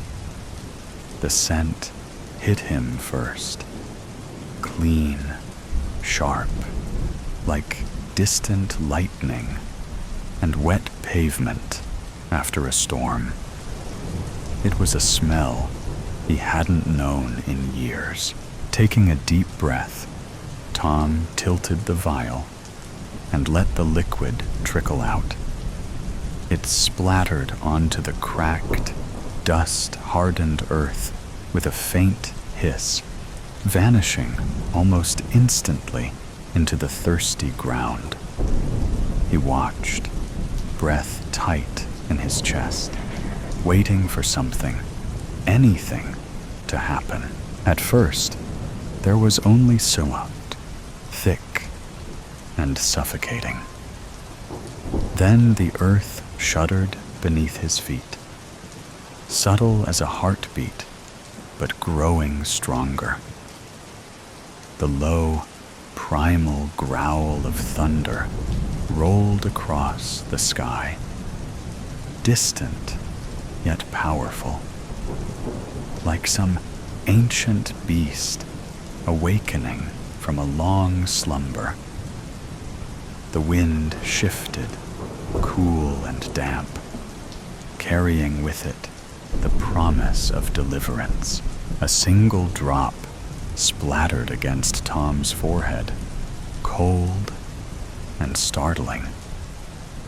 He blinked, hardly daring to believe it. Another drop, then another, until the heavens opened with a sudden, furious roar. Rain came down in sheets, wild, relentless, drenching him in moments. The smell of wet earth rose around him, rich and intoxicating. Dust turned to mud beneath his boots as rivulets of water carved new paths through the parched ground. Tom threw back his head and laughed, a raw, unhinged sound torn from somewhere deep inside him. He spread his arms wide, welcoming the downpour like a sinner at baptism. Water slicked his hair to his scalp and dripped from his chin, but he didn't care. His laughter mingled with the storm, defiant and joyful. The fields drank greedily, the dead husks of corn softening, straightening, as though waking from a long nightmare. Leaves unfurled, vibrant green bleeding back into lifeless stalks. The transformation was swift and almost magical. A resurrection right before his eyes. By morning, the storm had passed, leaving the world washed clean and glistening under a pale new sun. Tom stood at the edge of his fields, now lush and vibrant, the corn standing tall and proud, shimmering with droplets of water. The air smelled sweet, alive. The screen door creaked, and Ellie came running out of the house, bare feet splashing through puddles. Her face was radiant with disbelief, tears mingling with the remnants of rain. "Tom? How?" she gasped, her voice breaking with wonder. He didn't answer. Words seemed pointless. Instead, he pulled her into his arms and kissed her, fierce and grateful, as if sealing a promise between them. For the first time in years, Cedar Ridge felt alive, and hope, long buried beneath drought and despair, bloomed anew. The stranger returned a week later. Tom saw him standing by the gas station, his black suit immaculate despite the mud that clung to everyone else's boots. He knew, deep down, that this was no coincidence. "What do you want?" Tom demanded, his voice rough. The man's smile was razor sharp. "Just checking in. How's the farm?" "It's fine. Better than fine. Glad to hear it." The stranger's eyes glittered. "But you see, Mr. Weaver, memories are tricky things. Sometimes they're connected in ways we don't expect." Tom frowned. "What are you talking about?" The man tilted his head. "Tell me, Tom, do you remember your wife's name?" Tom opened his mouth, then froze. A cold dread crept up his spine.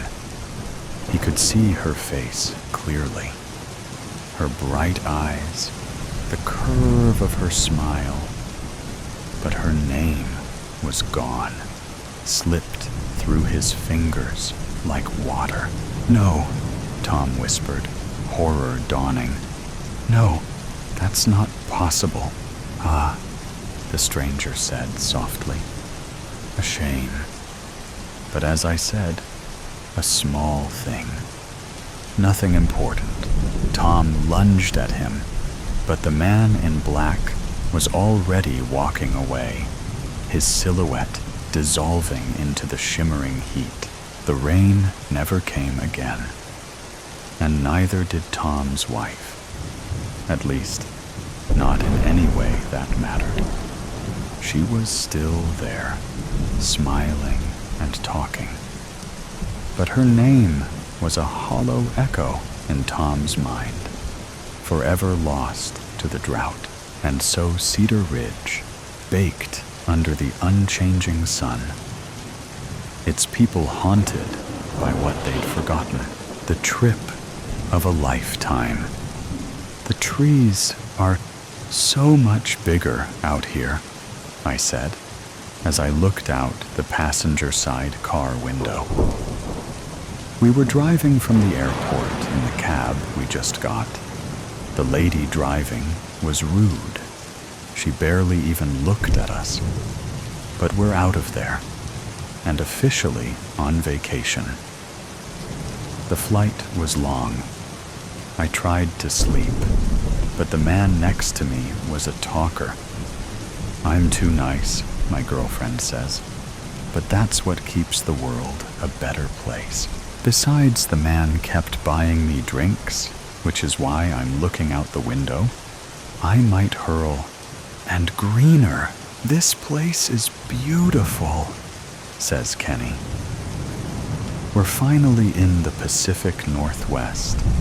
Our bags are packed, and we're headed to Mount Hood. We have a week out here, and 4 days spent in the mountains. Kenny has family out here, so we're staying with his aunt the first night, and then we're off to breathe that crisp forest air. We made it to his aunt's house. She was so warm and welcoming. I felt right at home. After a nice meal of homemade beef stew and a shower, I was ready for bed.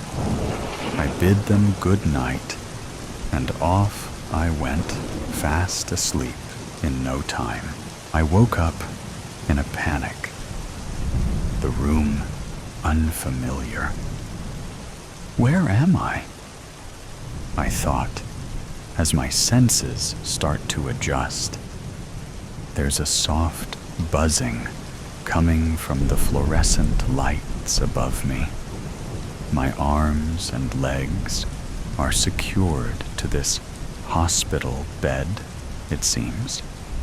But this doesn't feel like a hospital. It's too cold. I try to move my head, but that's secured too. Hello? I call, but no answer. Hello. Again silence. Suddenly a man is standing above me. He covers my mouth as I go to scream once more. Shut up! They'll know you're awake. And then they'll make you forget. You mustn't forget. It's not safe. Run! Something pokes me, and I'm out again. I awake in bed, extremely well rested. It's 6:00 a.m. What a crazy dream, I thought, as I smelt the coffee. I jump out of bed and run to the kitchen, where Kenny's Aunt Gloria is standing in her long silk lavender-colored nightgown and matching slippers. She seems so frail, yet strong and intimidating at the same time. A soft smile forms as she bids me good morning. Ken's not up yet, but you're more than welcome to join me for some bean water, she says with a chuckle. I follow her outside to the patio. The air is fresh and moist, the coffee warm and delicious. You can see the sun glisten off the morning dew as the birds sing their welcome to the day. It sure is nice of you to let us stay here, I say. Kenny and I have been planning this trip for a while now, and I'm so excited it's finally happening. You two boys, be careful out there. I hear stories all the time about hikers going missing in those woods. These aren't like the mountains you have on the East Coast. These are real mountains, inhabited by really big creatures. I'm sure you've heard of Bigfoot. She says. I chuckle. Ha, Bigfoot, please. He's just a myth. If Bigfoot is real, then I hope I see him. He'll take a photo and become rich. Gloria shook her head and looked deep into her coffee, almost as if she was trying to see the bottom of her cup through the black liquid it now held. Like I said, just be careful, please. It's now 10:00 a.m., and we are on our way to the mountain. Gloria let us use her car since she doesn't drive anymore. She's 75 now, and hasn't driven since she was 70, and got lost driving home. They found her a day later, parked in a parking area 15 miles from the house. We made it to the mountain after about 2 hours of driving, and we couldn't wait to get on the trail. As we loaded up our packs, Kenny and I discussed our route, where we would stop for water and lunch breaks, where we would camp, and which streams we will pass, so we know where to collect water when we get low. All said and done, the trail up and down the mountain shouldn't take more than 3 days, but we're taking it slow since we haven't done a mountain of this caliber before, so we planned for 4 days.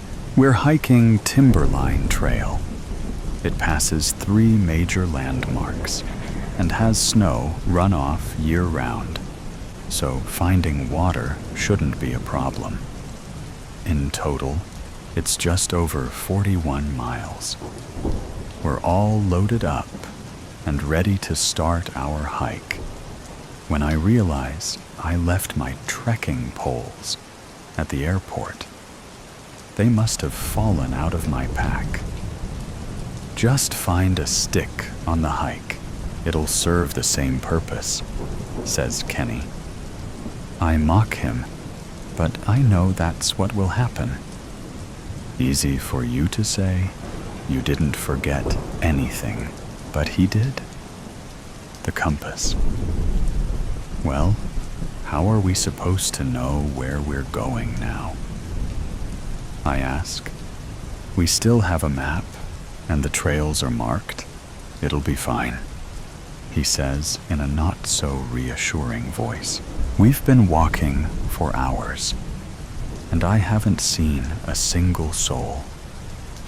It's day 2 in the woods. The first day went by so fast, but now the excitement and newness has worn off. The woods are long and damp, flora as far as the eye can see. No roads, cars, people. Hey, are we on the right path? I ask. Yeah, we should be coming up on Cloud Cap in about 5 more miles. Ken responds. I don't believe him, though, and my body hurts. It must be from sleeping on the ground. And I kept having the dream about the guy telling me to run. Maybe that's just making me paranoid. There, see? I told you we're going the right way. That must be Cloud Cap Inn, exclaimed Ken. As I stumbled over the hill, I saw what appeared to me as an abandoned shack in the middle of the forest. I don't think that's it, I yell, but Ken was already sprinting towards the front door. I call first shower, he yells as he enters the doors. I approach the building cautiously, examining the weathered cedar shakes, the broken shutters hanging from the windows. How is this place still in business? I thought. I push open the heavy oak door, and inside, the place looks immaculate. It's an open floor plan with 2 massive fireplaces at either side of the room. The carpet covers the hardwood floor, and drapes cover the windows. I look to the front desk. It's the man from my dream. I told you to run, he says as a loud bang comes from the room upstairs. Kenny screams, bang! Then silence. I run as fast as I can up the stairs, skipping 4 steps at a time. I take a left. The hallway goes on forever. Which room did it come from? Kenny! I yell as I'm racing down the hallway. I hear no response. Kenny! Again, nothing. I ran downstairs, and there's no one around. The doors are locked, and I can't get out. I try for a window, but they're boarded up from the inside. I ran back upstairs and tried those windows, but to no avail. I'm trapped. But how? Why? Just as I ask this, I hear a noise coming from the stairs. I turn around, and there I see it. Kenny's body, 2 gunshot wounds. It must feed, says a voice from the other end of the room. I turn to look. Gloria? Bang. My knee is on fire. I cry out in pain as the creature appears. I look into its bright yellow eyes, soulless and empty, its teeth big and sharp, lips stained with blood. Why Gloria? Because I love him, she says, as she points the gun straight at me. And he loves me. Bang! I fall to the ground. The world seems blurry. I see the smoke coming from the barrel of the Smith & Wesson. I see Kenny stand and take the gun from his aunt. Just as my eyes close for the final time, I should have ran. The end in the silence of ashes. Jacob's fingers trembled against the dented tin cup, water sloshing perilously close to the rim. The November air carved his lungs raw, bitter with smoke from chimneys that transformed flesh to ash.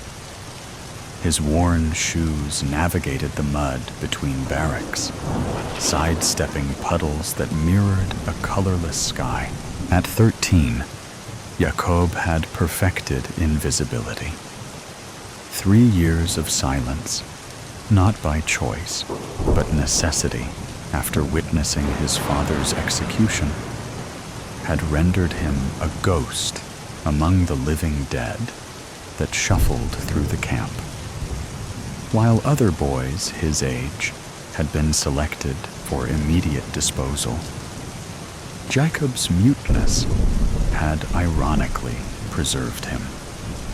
The guards found utility in a servant who could never repeat their secrets, who existed in the peripheral shadows of their consciousness. The SS officers spoke freely in his presence. Plans whispered, transports scheduled, executions ordered, all captured in the flawless vault of Jacob's mind, where every detail existed in perfect recall, a gift that had once earned him praise from teachers in another lifetime, before yellow stars and cattle cars. Obersturmführer Kruger waited in his usual spot, a folding chair positioned in the sliver of shade beside Barracks 7. Jacob knew the man's habits with precision. The hat removal, 17 minutes into his shift. The triple tap of his boot before sitting. The heavy eyes, exactly 40 minutes after lunch. Schneller, Junge! Kruger barked, gesturing impatiently as Jacob approached. Jacob quickened his pace, keeping his eyes fixed on the shallow pool of water in the cup. One did not look directly at the gods of this underworld, the men who decided, with casual flicks of their fingers, who would breathe another day and who would feed the insatiable furnaces. Kruger snatched the cup, gulping noisily. Water escaped his lips, tracking through the dust on his chin. Jacob stood motionless, hands clasped before him, awaiting dismissal or further orders. The guard's eyes were bloodshot, the whites yellowed like old paper. Night duty in the processing center, Jacob surmised. New transports had arrived yesterday, which always meant sleepless shifts for the guards. Wait, Kruger muttered, settling deeper into his chair. I might want more. Jacob nodded once, the barest acknowledgement of the command. He knew stillness, as others knew prayer. A ritual of survival, practiced until it became reflex. The camp existed in constant motion, guards shouting, prisoners shuffling, machine guns occasionally stuttering their terrible poetry of death. To be still was to disappear. Minutes stretched. Kruger's head gradually lolled forward, his breathing deepening. The cup tilted dangerously in his loosening grip. Jacob watched through lowered lashes as the guard surrendered to sleep. The keys hanging from Kruger's belt caught the weak sunlight, transforming ordinary metal into something mythic. Freedom incarnate. Jacob's pulse accelerated, blood rushing in his ears like distant artillery. No guard ever slept on duty. The punishment was severe. Perhaps not death, but certainly disgrace. This aberration might never repeat itself. A singular crack in the impenetrable wall of captivity. Jacob's mind calculated with the precision of mathematics. 4 minutes until the patrol passed the northern fence. 7 minutes until roll call at the women's barracks would divert attention eastward. The electric generator hummed 60 meters to the west, powering the final barrier between imprisonment and possibility. His fingers, trained by years of obedience, trembled with rebellion as they reached toward the key ring. A lifetime compressed into a single breath as metal brushed against metal with the whisper of butterfly wings. The ring slid free. Jacob backed away silently, the keys clutched against his chest like a talisman. The dormant power they represented sent electric currents through his body, awakening nerves long numbed by survival. For the first time in 3 years, a ghost became solid. A shadow contemplated substance. A boy allowed himself to remember the concept of hope. The keys felt impossibly heavy in Jacob's pocket as he slipped between the skeletal shadows of barracks. His mind projected every detail of the camp upon the canvas of his consciousness. A perfect map etched by thousands of forced errands. There, the blind spot behind the infirmary, where guards rarely patrolled. Here, the drainage ditch that ran beneath the eastern fence, partially obscured by withered weeds.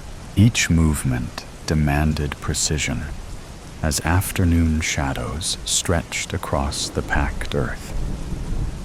Jacob became one with them. Another darkness, moving among darkness, his emaciated form barely disturbing the air.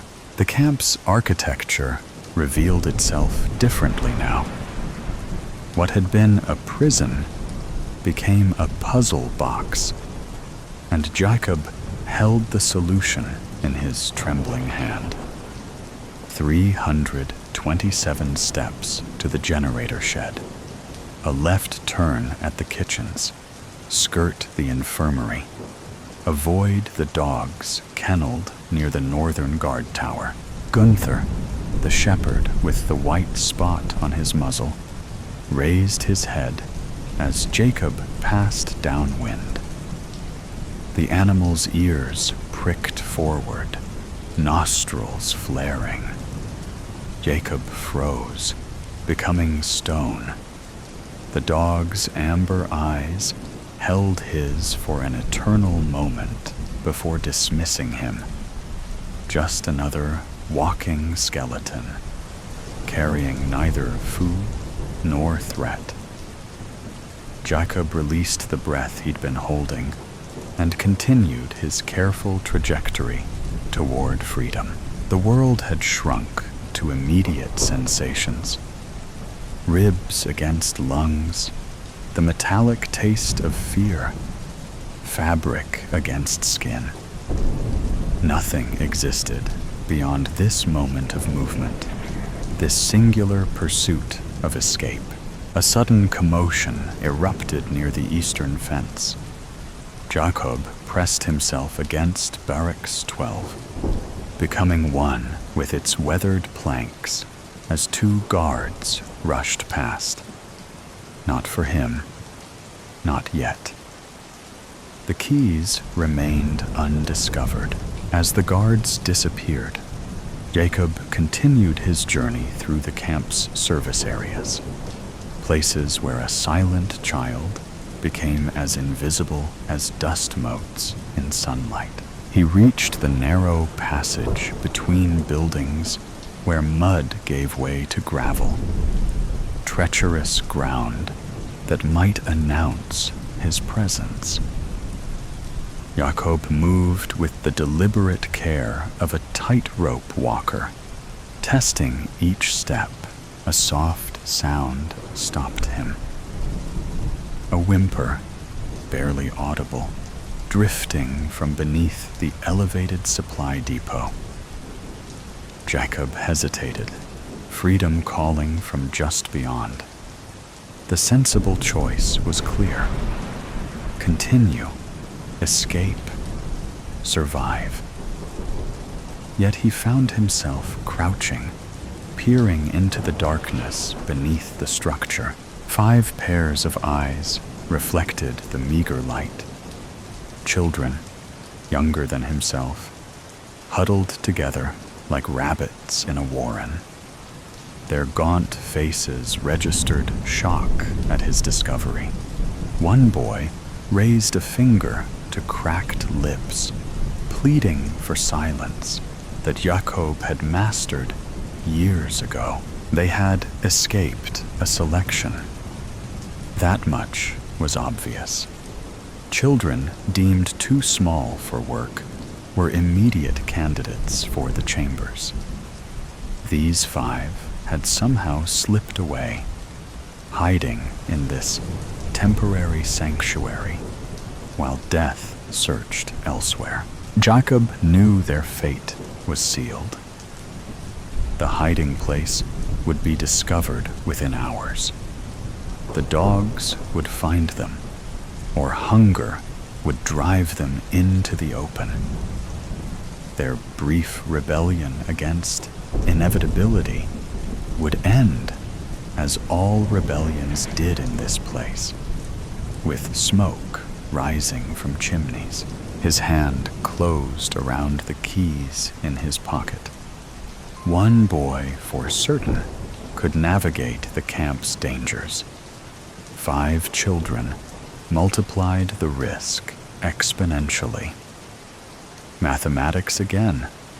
Probability, chance, the cold equations of survival.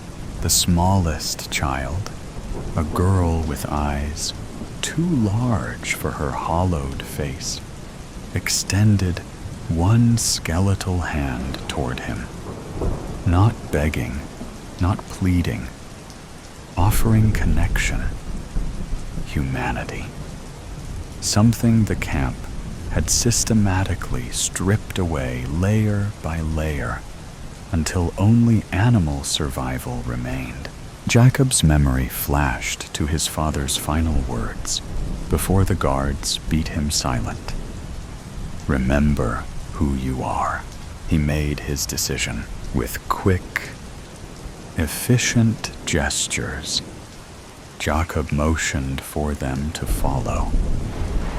The children untangled themselves from their hiding place, emerging like shadows gaining substance. Their movements were clumsy with fear and weakness, but their eyes held absolute focus on Jacob. their unexpected savior, their silent Moses. The smallest girl slipped her hand into his. Her palm was fever hot against his cold fingers. The contact sent electricity through Jacob's arm, awakening something long dormant. Responsibility, connection, purpose beyond mere survival. Together, they became a small constellation of desperate stars, moving through the gathering twilight toward the generator shed and the possibility of freedom beyond. The generator shed vibrated at the camp's edge. Its drone masked 6 pairs of feet, navigating between the fences as Jacob led with a cartographer's confidence. Evening patrol would begin in 17 minutes. Searchlights would sweep the eastern perimeter in 12. The rhythm of the camp's security beat within Jacob's consciousness, like a second heartbeat. The smallest girl, her name yet unspoken between them, clung to his hand with surprising strength. Behind them, the other children followed in a chain of desperate hope, each grasping the clothing of the one ahead. Their collective breath formed ghostly plumes in the November air, spectral evidence of lives not yet extinguished. Jacob reached the generator shed's rusted door. 3 keys tried, 3 keys rejected, before the 4th slid home. The lock surrendered with a reluctant click that seemed thunderous in his heightened awareness. He ushered the children inside, pulling the door closed behind them. Darkness enveloped them, broken only by the red glow of indicator lights. The smell of oil and metal replaced the camp's perpetual stench of suffering. The generator's pulse vibrated through the concrete floor into their bones. Jacob's memory reconstructed the shed's interior with perfect clarity. He had been brought here once to clean grease spills, one of countless menial tasks assigned to the camp's silent shadow. His fingers traced metal casings and wire housing until he found what he sought, the main control panel. Behind him, the children huddled together for warmth and courage. The oldest boy, perhaps 10, whispered something in Polish that Jacob couldn't understand. The words dissolved into the mechanical growl surrounding them. Language had become irrelevant. Only action mattered now. Through the shed's single grimy window, Jacob watched lights flicker on across the camp as day surrendered to evening. Searchlights awakened, their harsh beams cutting white arcs through gathering darkness.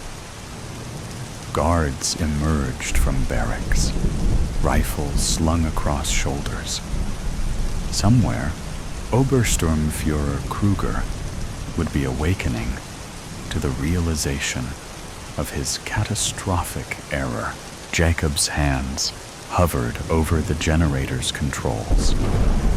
His perfect memory recalled every wire, every connection observed during his brief exposure to the machine's inner workings.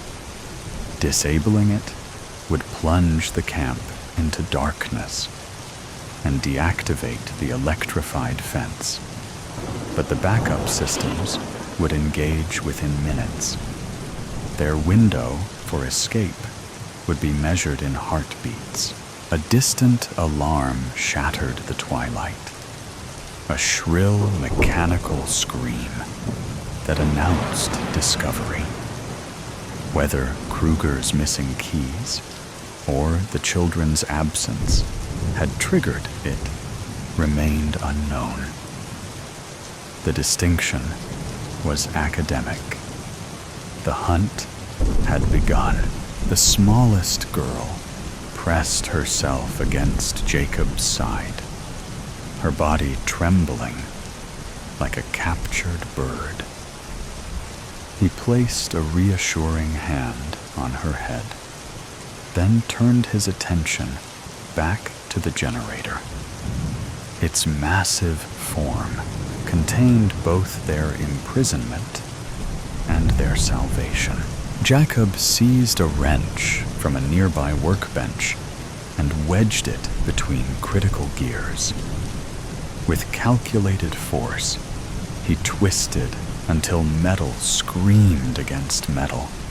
Sparks erupted in blue-white constellations, reflected in the wide eyes of the watching children. The generator's rhythm faltered, coughed, then disintegrated into mechanical death throes. Lights across the camp flickered, dimmed, and died.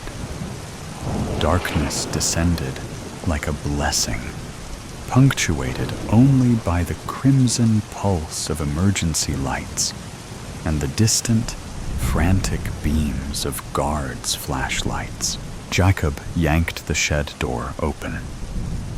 Freedom waited in the gathering night, separated from them by a single fence now rendered harmless. He gestured urgently to the children, pointing toward the eastern boundary, where forest began 200 meters beyond the perimeter.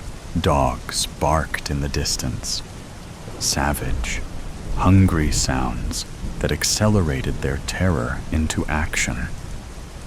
The children poured from the shed like water finding its level, Jacob bringing up the rear. The smallest girl's hand remained locked in his as they navigated by instinct and starlight toward the fence. With his free hand, Jacob tested the metal mesh. No electricity hummed beneath his fingertips. The backup generators had not yet engaged.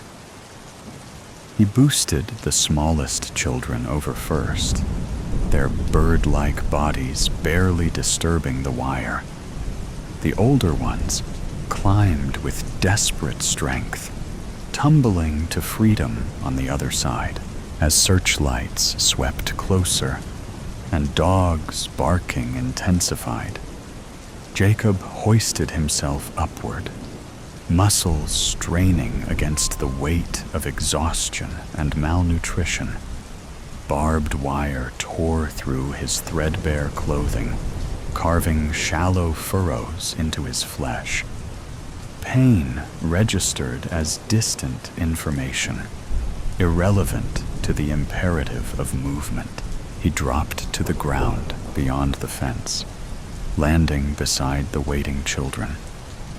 The absent hum of electricity had been replaced by shouts and whistles, the camp awakening to their rebellion.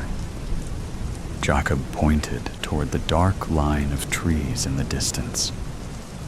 "Run," he mouthed silently, the word forming on lips that had forgotten speech. Together, they fled across open ground, 6 shadows merging with the greater darkness. Behind them, flashlight beams swept the area around the disabled generator. Ahead, the forest promised concealment, if not safety. The space between represented the most dangerous passage of their lives, exposed, vulnerable, illuminated by nothing but faith and starlight. The forest swallowed them whole, Pine needles cushioned their footfalls as the scent of resin replaced the camp's miasma with air that tasted of possibility. Jacob led them deeper into the wilderness, away from searchlights that strafed the forest edge like mechanical predators. Behind them, the camp's alarms continued their frantic cry, a sound that diminished with each step, but remained embedded in their consciousness like a splinter beneath skin. The smallest girl stumbled, her strength finally failing. Jacob caught her before she fell, lifting her slight weight into his arms. She weighed no more than autumn leaves, her bones fragile as a bird's, beneath his hands. Her head came to rest against his shoulder, absolute trust in the gesture. They continued for what might have been hours or minutes. Time had dissolved into meaningless abstraction. Distance alone mattered now. Every meter gained was a victory against death. The other children followed Jacob without question, their faith in his silent guidance absolute. A stream appeared, silver in the moonlight. Jacob gestured for them to drink. The water tasted of stone and stars, reviving something beyond their physical bodies. Perhaps hope, perhaps humanity. The oldest boy spoke, his voice a rusty hinge breaking the forest's solemn quiet. Müssen wir weitergehen? Must we go further? Jacob nodded, pointing deeper into the forest. The danger had not passed. Dogs could track them for kilometers. Morning would bring planes, searchers, consequences. The Reich did not surrender its prisoners easily, especially those who carried knowledge of what transpired behind electrified fences. The smallest girl stirred in his arms, her eyes reflecting fragments of moonlight. Her lips moved, forming words that emerged as a whisper. Jak się nazywasz? What is your name? The question penetrated layers of silence built over years of survival. Jacob hadn't heard his own name spoken aloud since his father's death. It existed only in memory, a secret thing preserved from contamination by the camp's horrors. His throat constricted around unspoken syllables. Speech had become foreign territory, a country from which he had been exiled. Yet something stirred within the wasteland of his voice, a seed breaking through frozen ground after endless winter. Jacob, he whispered, the sound strange and wonderful in the forest's embrace. His voice emerged broken, raw with disuse, but undeniably his own. Jestem Jakob. I am Jacob. The girl's smile transformed her hollow face, revealing the ghost of beauty that starvation had nearly erased. Estera, she replied, offering her name as a gift in exchange for his. The other children murmured their own names: Tomasz, Lilka, Beniek, David. Each syllable a reclamation of identity. the camp had attempted to replace with numbers. They stood in a tight circle beneath the ancient pines, no longer prisoners, not yet survivors, suspended in the fragile space between captivity and freedom. A distant howl shattered their momentary peace, the unmistakable voice of a tracking dog catching their scent. The hunt continued. Jacob set Estera gently on her feet and pointed westward, where the forest grew denser, offering deeper concealment. Musimy biec, Estera said with quiet resolve. We must run. Jacob nodded, taking her hand once more. Together, they plunged deeper into the wilderness. 6 children against an empire, armed with nothing but the desperate courage of those with nothing left to lose. The forest embraced them, branches parting to accept their flight, roots steadying their uncertain steps. Dawn found them huddled beneath a rocky overhang beside a wider stream. Exhaustion had claimed the younger children, while Jacob remained awake, listening to the forest's morning chorus, replacing the mechanized rhythms of captivity. Estera sat beside him, her slight shoulder pressed against his arm. Dokond Ijemi? Where are we going? She asked, her voice barely audible above the stream's gentle murmur. Jacob's mind, so accustomed to precision and calculation, could offer no certain answer.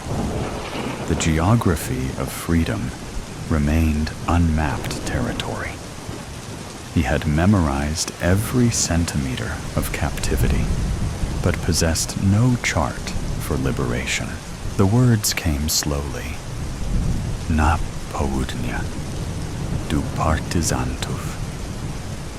South, to the partisans. Rumors had circulated through the camp.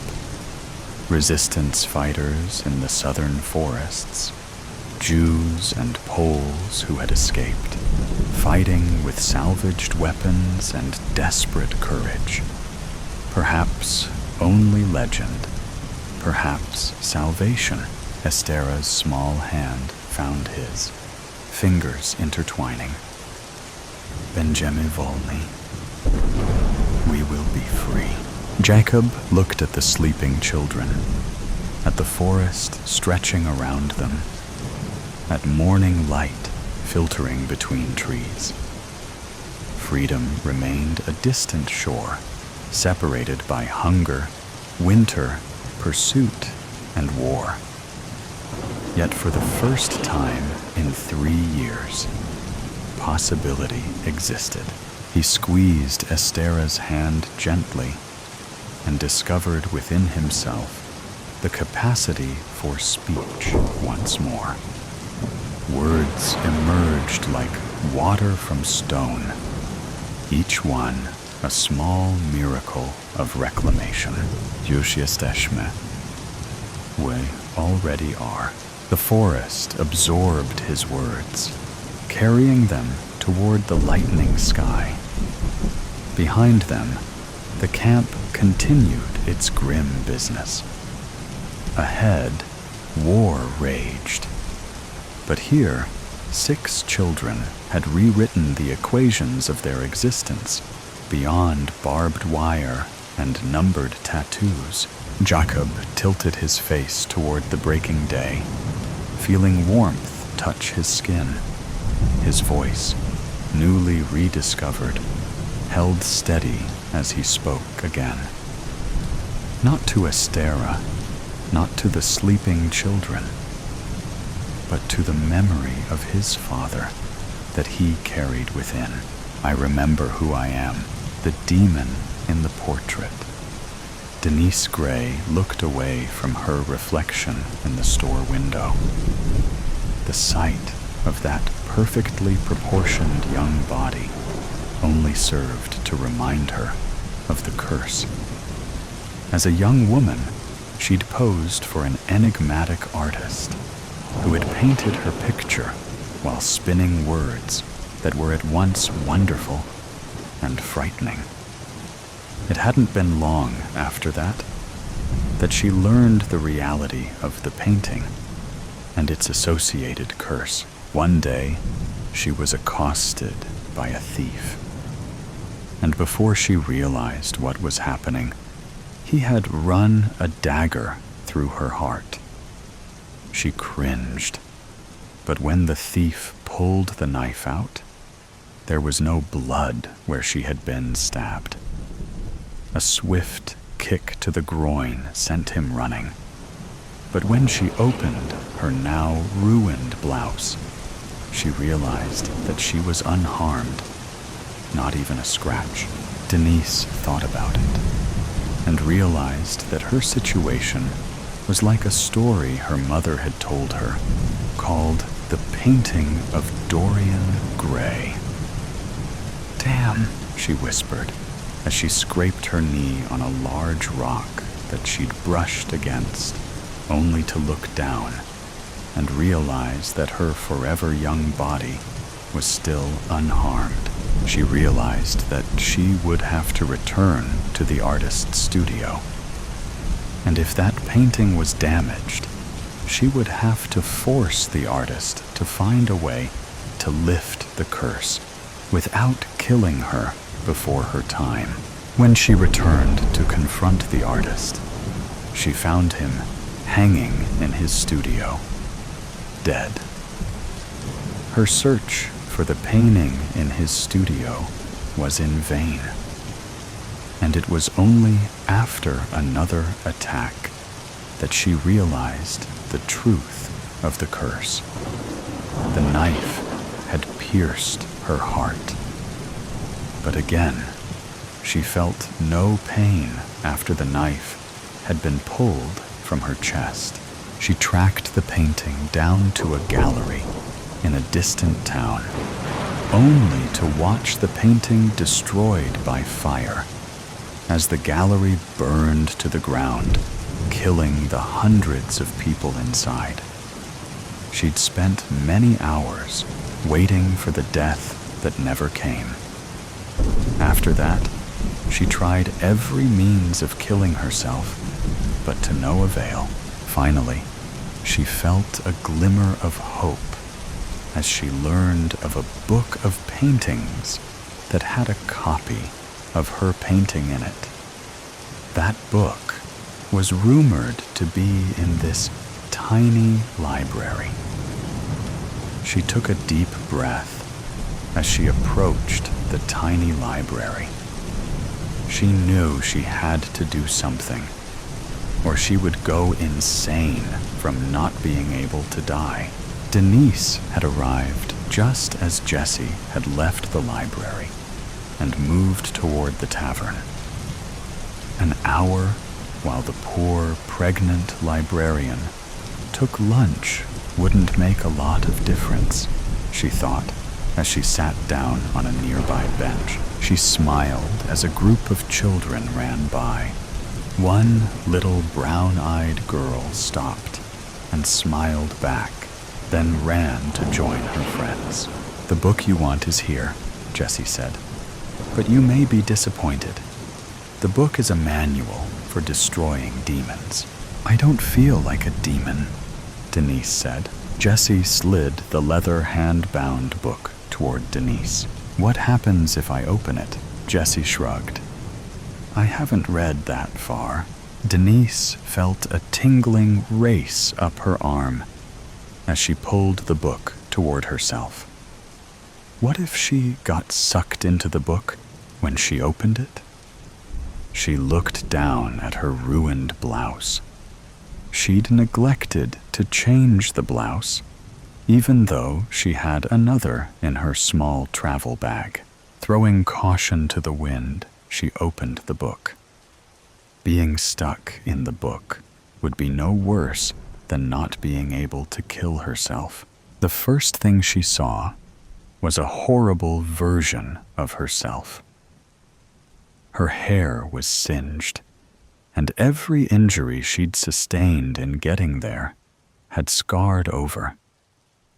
When she could finally pull her eyes away from the picture, she began to read. The demon her painting had become had spoken from the painting and convinced the artist to hang himself. Then she had started the fire that destroyed the original painting, killing all the people there for the unveiling. Denise slammed the book closed. The pull of the woman in the painting was more than she could stand. "Are you affected as well?" Denise asked, only to be met by a blank stare from Jessie. A few moments later, her unborn child, kicking wildly, stirred Jessie back to life. "We have to destroy the book," Denise said. Jessie shook her head. "She will take us all with her." Denise slammed her hand down on the book before Jessie could open it. "That's exactly what she wants you to think. But trust me," Jessie's unborn baby kicked so hard that she gasped. "I can't help you. I'll take care of it," Denise said, taking the book and leaving the library. Denise counted herself lucky that the tiny library was on a small tropical island with an active volcano. It would only take her half a day to get to the volcano cone, light the book on fire, and drop it into the liquid lava below. She only hoped that would be enough. As she moved toward the volcano, the book and the demon it contained recognized her intent. "Hand over that book," the huge Polynesian man standing in her way said, his gun drawn. On some level, Denise knew that the man was under the influence of the demon. She ran around him and felt the bullet from his gun rip through the ruined blouse and on through her right shoulder. By the time she reached the trail at the edge of the volcano, she could feel the demon trying to stop her. Branches and thorns reached out for her, only to rip more holes in her ruined blouse as she ran toward the summit. Finally, she reached the edge of the cauldron and the bubbling lava below. "No!" The sound of the wind and the rush of the heat shouted as the edges of the book began to smoke. The book burst into flames as she tossed the book toward the lava. It hung suspended above the lava, flaming bigger and brighter, but without being consumed. Suddenly, she noticed that the young girl she'd seen before had caught up to her. "It's drawing power from your blouse." Denise shook her head. None of this made sense. The blouse had taken the brunt of the damage inflicted on her and was ragged and full of holes. "You have to destroy the blouse as well," the girl said, before racing away from the lip.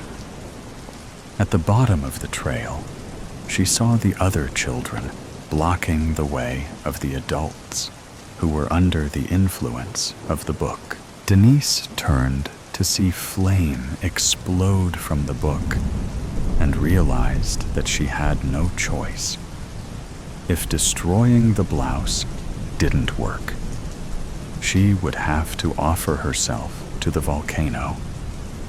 But this glimmer of hope had given her a reason to live. She pulled the remains of that ruined blouse off and threw it down at the boiling lava below.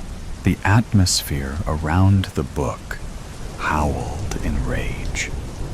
As the blouse fluttered to the surface of the lava, and then burst into flames.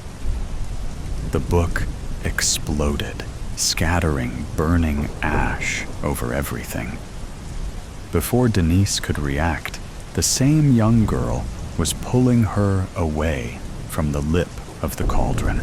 She stumbled into the group and children, and then her world went black.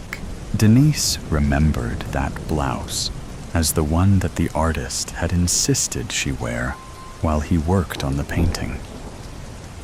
What happened after that was a blur until that book exploded over the cauldron.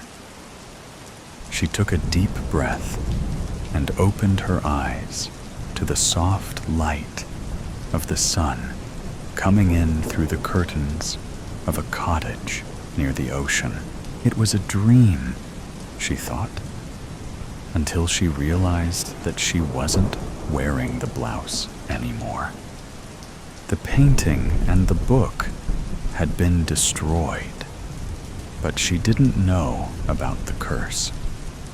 She inspected her body and then wrapped a sheet around her till she could find some clothes. Denise opened the door and saw children playing in front of the cottage, then stepped onto the porch and noticed a thorny bush near the steps into the yard. She idly pricked her finger and gave a sigh of relief as she realized that the curse was gone when a tiny drop of blood formed on her finger. "The children told us how you saved us," Jessie said as she approached from the side yard. Denise shrugged. "I needed to be free of the curse," Jess smiled. "The children like having you around, and we are in the market for school teacher." Denise had never considered anything like this. She'd been so young when the nightmare started. She looked down. Her body was still young, and if the kids had trusted her, maybe she could try. It beats modeling, she thought, as she followed Jessie back toward the cottage. Bloody tea leaves and fucking coffee beans.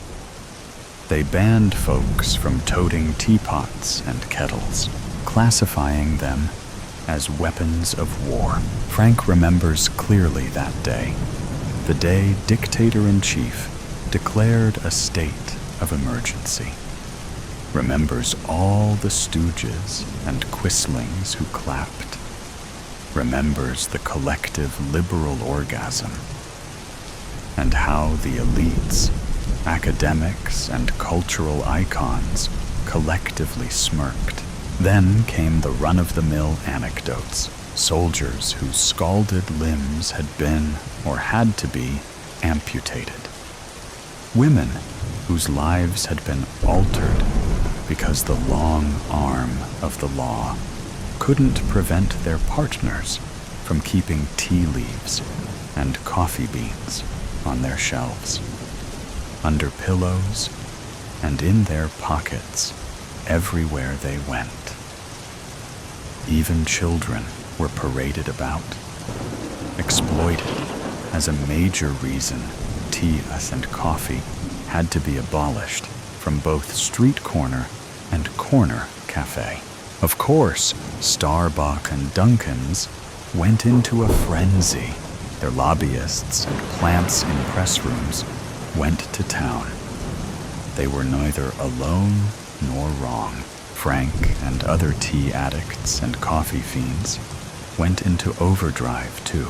Government officials, armed to the teeth, retaliated, confiscating cups, teapots, and everything construed as having the potential for making tea.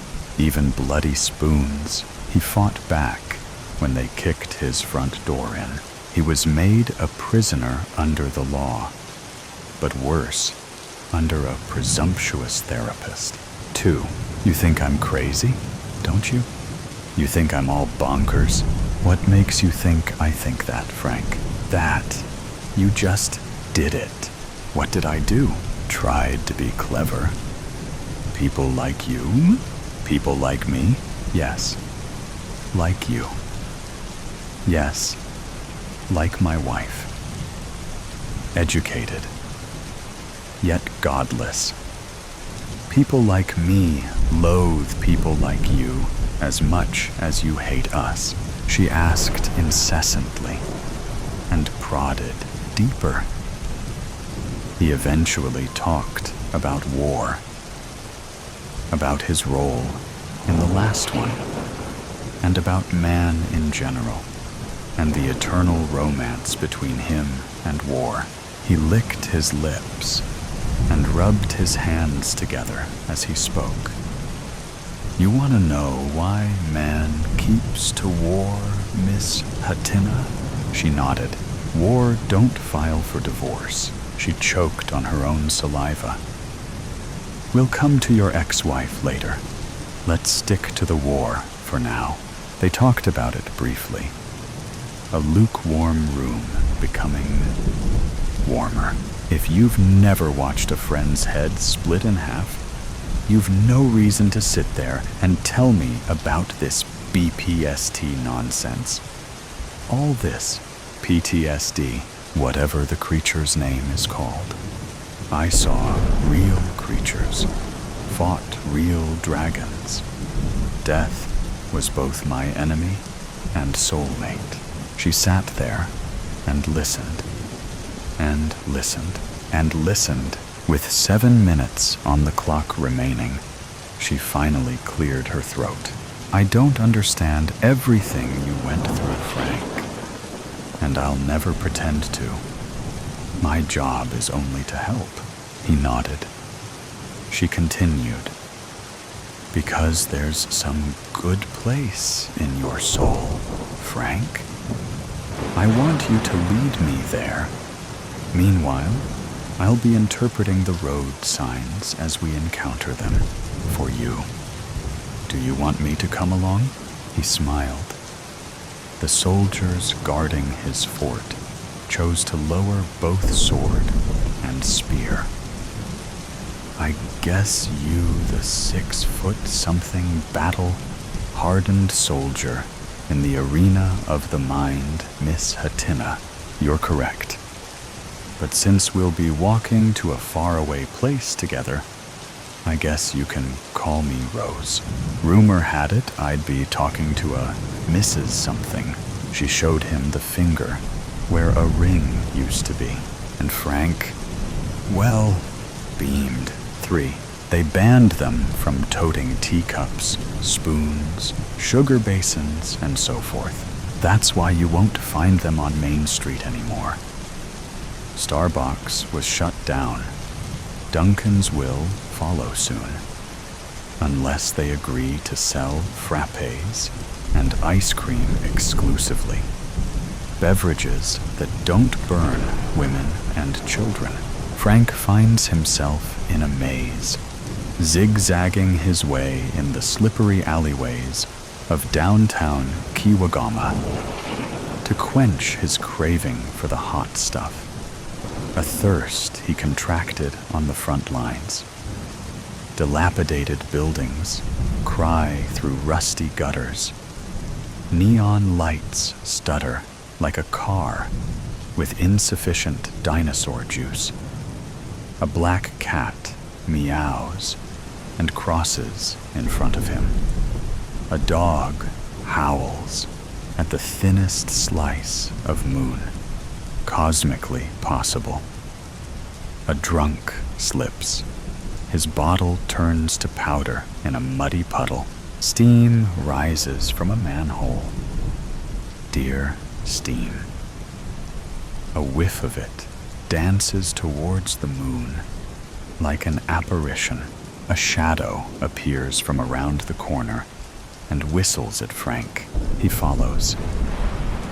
Not long after, an iron door gaps its jaws open and swallows Frank and his guide.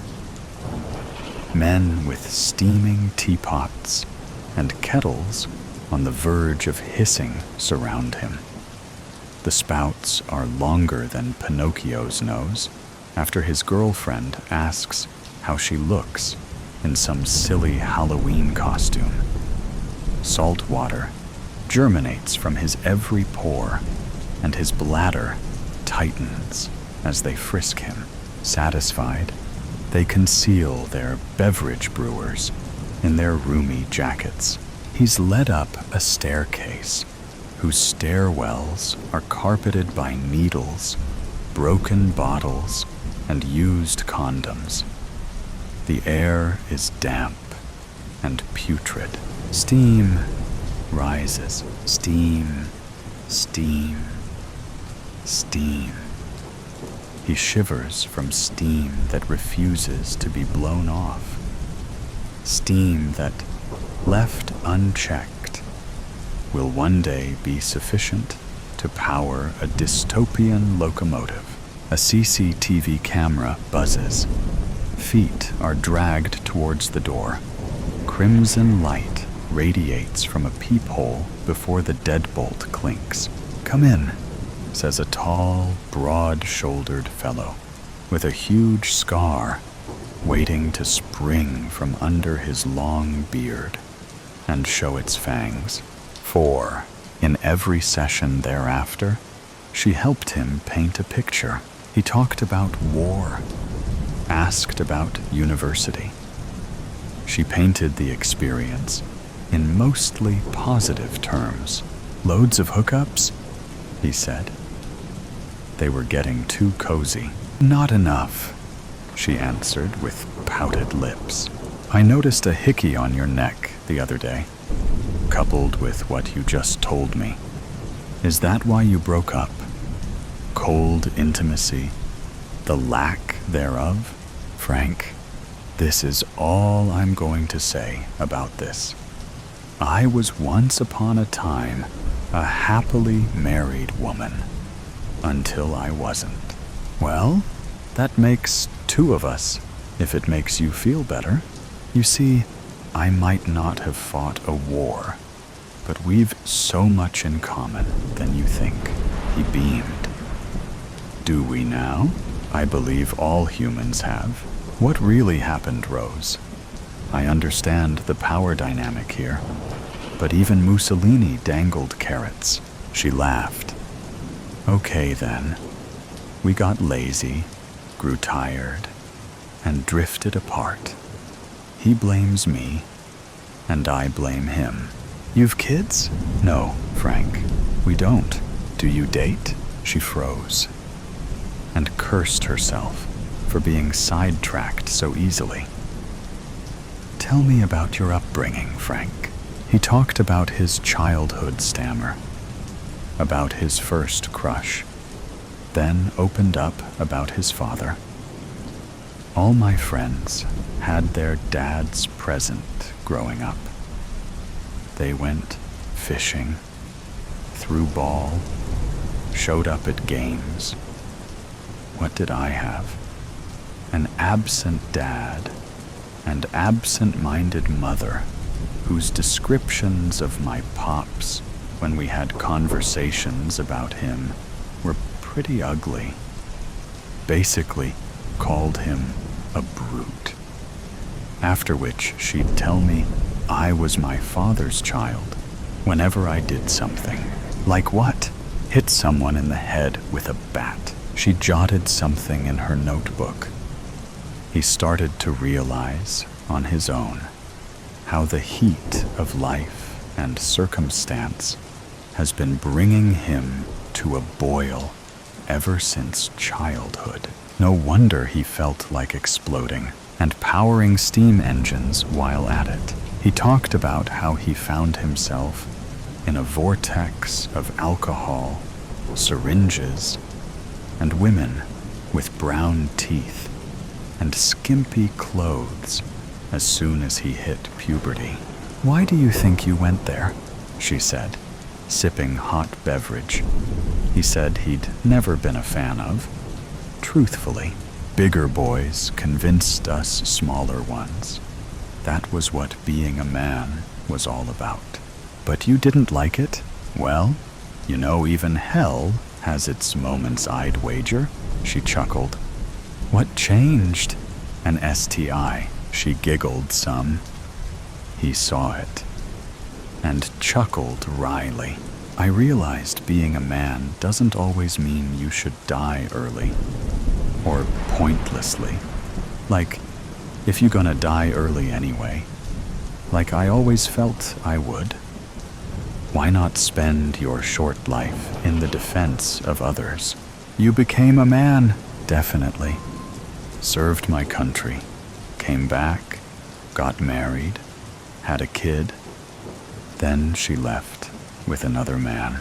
A long pause in which all the sound heard was sipping and stirring of tea. But ironically, the steam which rose to the ceiling and covered the room in a feu wasn't from the beverage. It was from the purple reservoir of his emotions. She'd to turn the air conditioner on. After his kettle stopped whistling, she ventured. How did that make you feel? That I should have died in the war. What about now? Sweaty, hot, fuming, jealous. I don't know. You're lying to me, Frank. Redness reappeared on Frank's face. I feel like shit, if you really want to know. Why? That's what I'm here to understand, ain't it? I'm here to help. Just.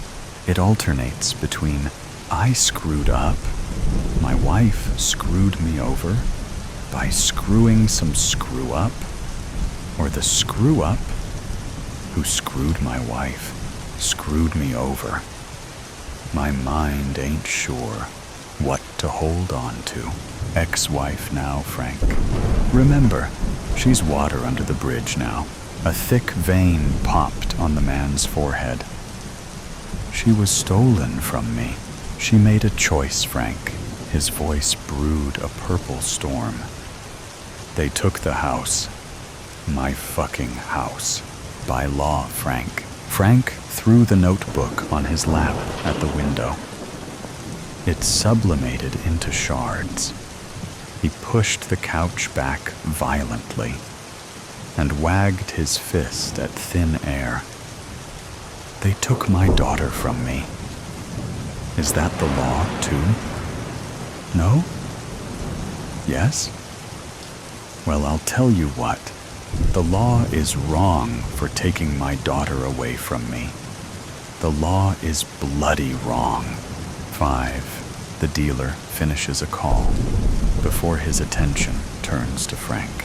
2 ladies flank him on either side, gyrating slightly to the thumping of 808s coming from an adjoining room. There's a bouncer on each of the 4 corners of the makeshift office space. My boy, Frankie. When my boys told me about you, ain't believed shit they said. Said you was a big man now. Told them every big man's working for me since the ban. He laughs. But here you are. You done become bigger than a hippo. In good ways, of course. Thanks, Bobo. What if I make you offer? Huh? For old time's sake. Frank fidgets excessively. What offer? Come work for me. There's good money here.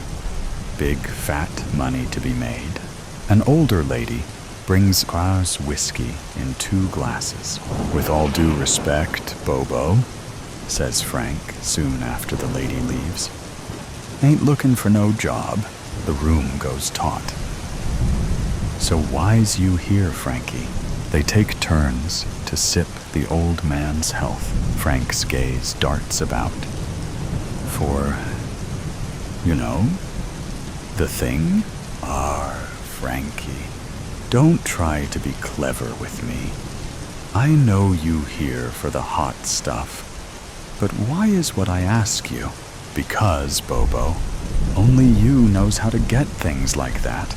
Bobo smiles proudly. What you want the hottie-hottie for? Self-defense. There's an entire ministry of, I trust my own fingers than the entire ministry. Bobo laughs and claps his hands. Perfect. Had to test you to see whether you bulk under pressure or not. I only deal with solid folk. He regards Frank for a bit. The latter breathes heavily. Steam blows out of his ears and nose like a malfunctioning toy dragon. But he keeps still. I ain't one to judge. But anger breeds nothing. Frankie, nothing. Forget that woman. You come work with me. There's plenty of women to pass around here. See all this? Plenty. Does the package you suggesting include my daughter? Bobo gestures for something to be brought into the room. He does the sign of the cross. Anger burns you, Frankie boy. You, not nobody else. God won't say, I didn't warn y'alls. They bring the man his order. A collector's wet dream. Like one of those brewing pots Grandpa used to keep, and Grandma used to pester him about. Why you don't keep it as far away from reach as possible. You want your grandkids to be caught up in that life too? Grandpa had a well-known addiction for the stimulant. He'd a lot of scars to show for the burns he'd endured over the years. Because anytime's tea time. That's why. Looks good alrighty, Frankie? Frank nods. Good. But where's the coffee beans? Where's the what? I'm sorry. I'm used to calling, aha! Coffee beans. I think I know what coffee beans is. Gary, you get it too? One of the bodyguards nods when the dealer looks at him. He turns back to Frank. You a clever buggers, Frankie. Pity you don't want work. We could use some creativity here. Martin, you brought this man a pot of steaming nothing, you see? Bring the man his bloody tea leaves and fucking coffee beans. Money exchanges hands. So does a brown paper bag in the opposite direction. Frank starts to leave. Remember, don't spill the beans about me, Frankie, or my men will spill something hot on your baby girl. And unlike you, I'm a very literal man. 6. They texted and laughed and looked each other in the eye. When they looked each other in the eye long enough, the hands of her eyes pulled his face closer. Space between them crumbled. Their faces rammed into each other's. Sparks flew. Passions exploded into groaning, screaming, and orgasms. They met at the office to talk about demons, online to flirt, and at her place to talk about the future. She showed him a diary she kept when she was 6. He noticed a particular motif. On every other page was a rough sketch of a girl carrying things like knives, razors, guns, and catapults. You wanted to hurt someone? Frank said, after kissing her bare chest. Kill someone. Well, did you succeed? Not that I'm aware of. Who are all these people? Everyone. I hated everyone. My sis was too pretty. My cousin was too liked. Hannah Montana was too popular. She's in here. Flip a page. Again. There she is. God, you were so twisted. What changed? She sighed. A ballpoint pen and a teapot. What? We'd a bully at school. a boy who got away with everything. One time, I snapped and sunk my bick in his face. God, yeah, it was atrocious. Got me expelled. Mom thought I'd learned my lesson. Grandma thought not. She boiled water in a kettle and called me over. Made me stretch my hands towards the pot. Don't tell me she poured hot water on your hands. Fingers. Yeah, that's a lot better. She's like, every time you let your anger boil over and think about hurting someone, think about this kettle. Today, I'm the one pouring hot water on you. But one day, it will be the world. I'm trying to understand her philosophy, but what does that even mean? Our anger hurts us as much as, or more than, it hurts the people we lash out at. When I'm angry, I think about how much hot water I'm pouring on myself. And it works all the time. Flip a page, again. There you go. That's you in a kitchen. That's me carrying the proverbial teapot. I substituted it for my weapons. Sketched it over a knife or a razor. You can do it too. I'm an army man. They recently banned my kind of weapon. Well, I know you know where to get one if you really wanted it. Please think about my grandma's metaphor and me when you think about hurting anyone ever again. You will? I will. They kissed. His hand rested on a breast. Someone opened the door, saw them digging gems out of each other, and dropped the flower bouquet he carried. She leapt from Frank's lap and rushed after him. 7. Above all else, Frank hates liars. The only person he hates more than he who generally lies is he who lies specifically to him, and everyone seems to take advantage of his willingness to give the benefit of doubt. Politicians lied about the war, about its purpose. Now they're lying about the purpose of some laws. But politicians are known to lie. Who believes politicians anyway, in this day and age?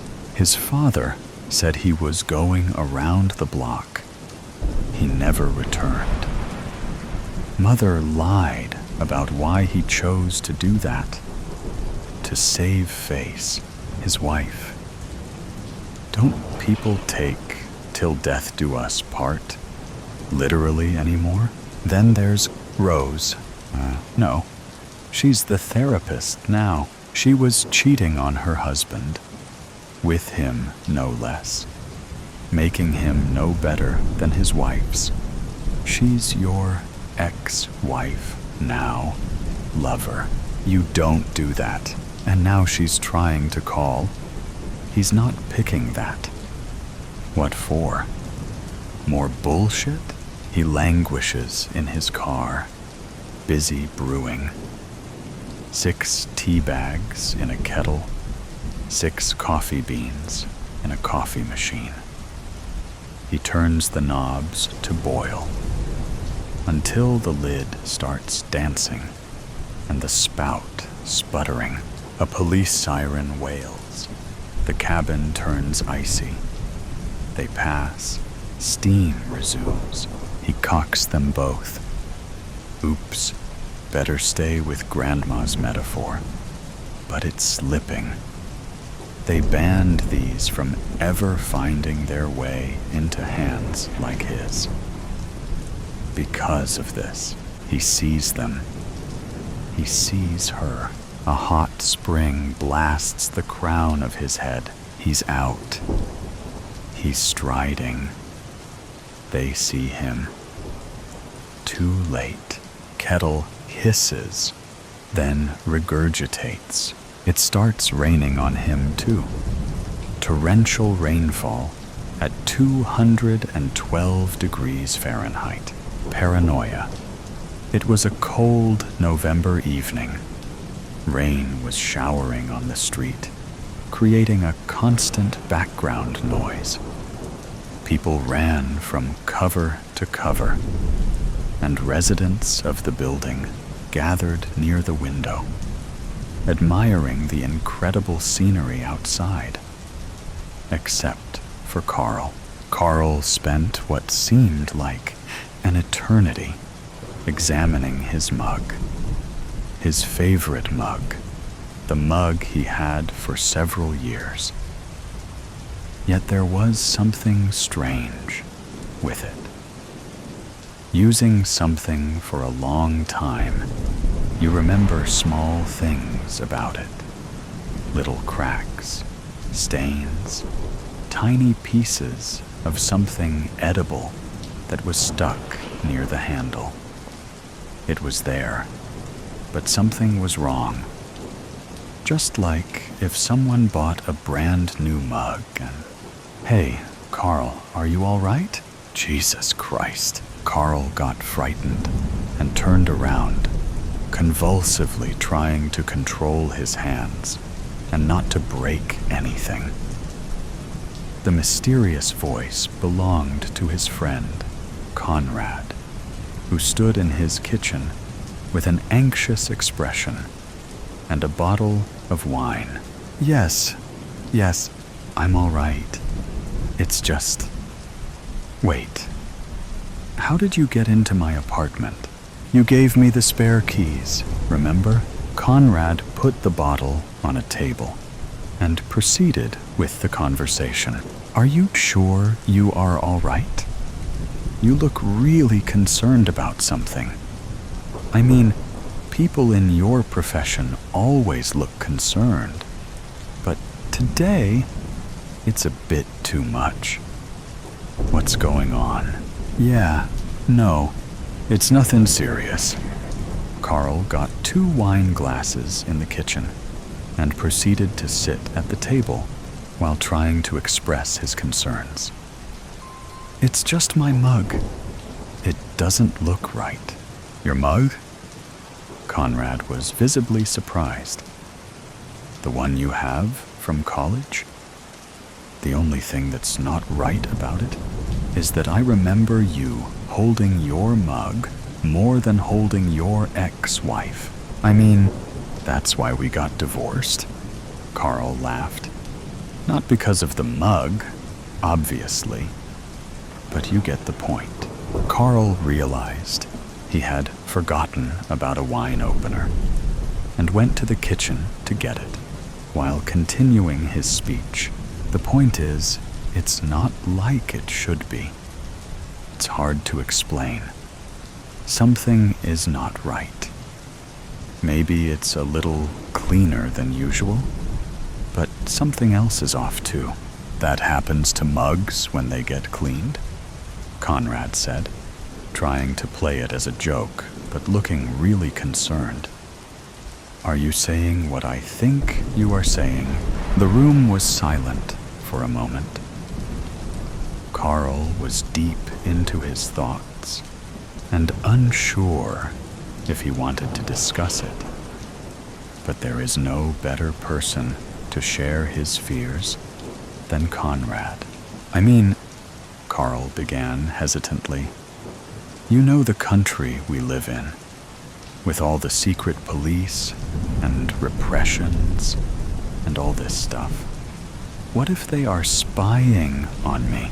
You are right about a country we live in. Conrad ate an olive and continued.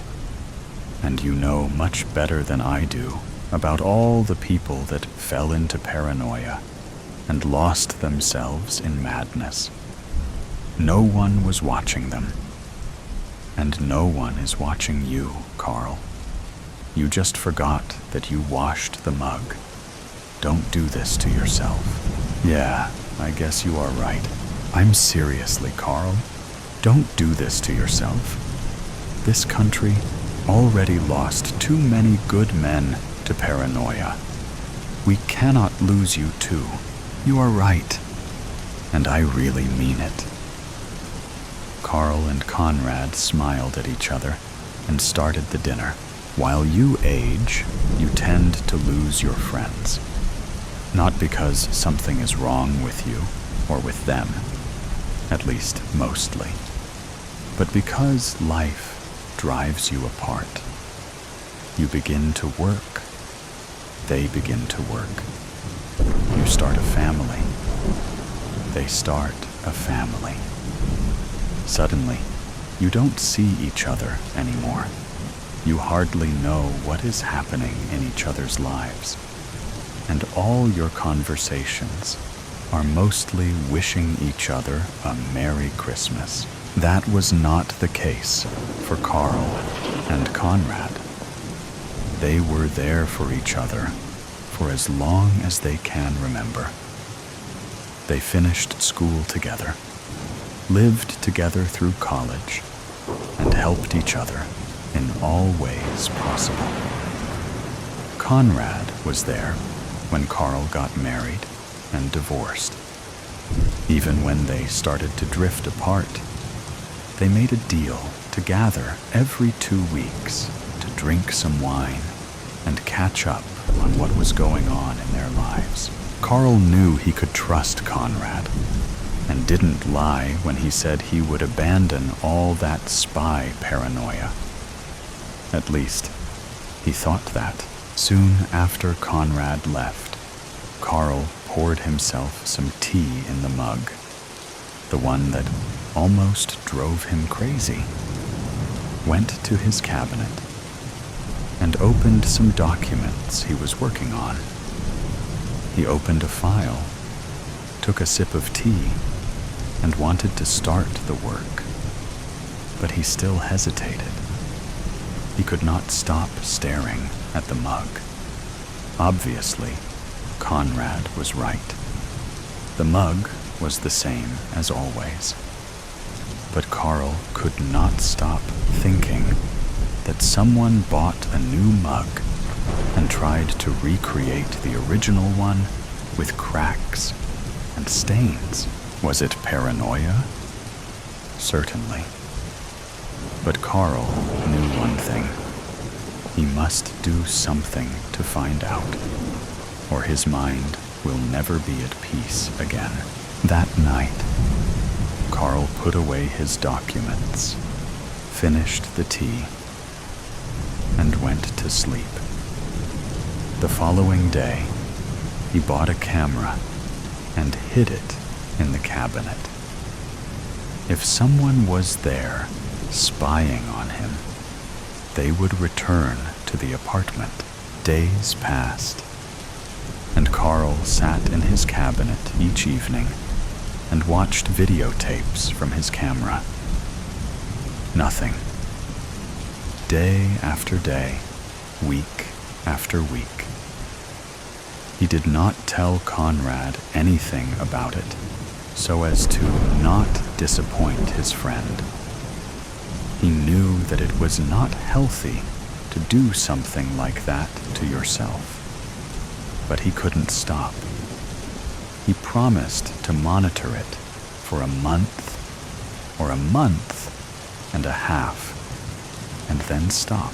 It was almost the deadline, if not counting the ones Carl already moved to later. He understood that he slowly lost control over his paranoia and knew that it must come to an end. One more time. That's it. Carl committed to watching the very last tape from this camera, and there was nothing. Again. But something was off. Carl replayed the tape again and noticed what was bothering him. The timestamp skipped 3 seconds once. It may have been just a manufacturer error or problems with the power supply. But Carl still wanted to check for something. If he was right, someone might have erased part of the tape. In that case, they knew where the camera was because they saw how Carl hid it. He took his flashlight and tested it against his camera. Light reflected on the lenses and created small flares. If he was being watched, his apartment must contain other cameras. Carl knew that he was too deep into his paranoia, but could not resist himself. After all, if he found out he was right, that's not paranoia. He started flashing his apartment, inch by inch. He couldn't find anything until he saw a flare in a bookshelf. He put his hands on the shelf and tried to find what caused this flare. His hands touched something, and his heart skipped a beat. There was another camera. He rushed to his desk to watch the tape on a newly found camera.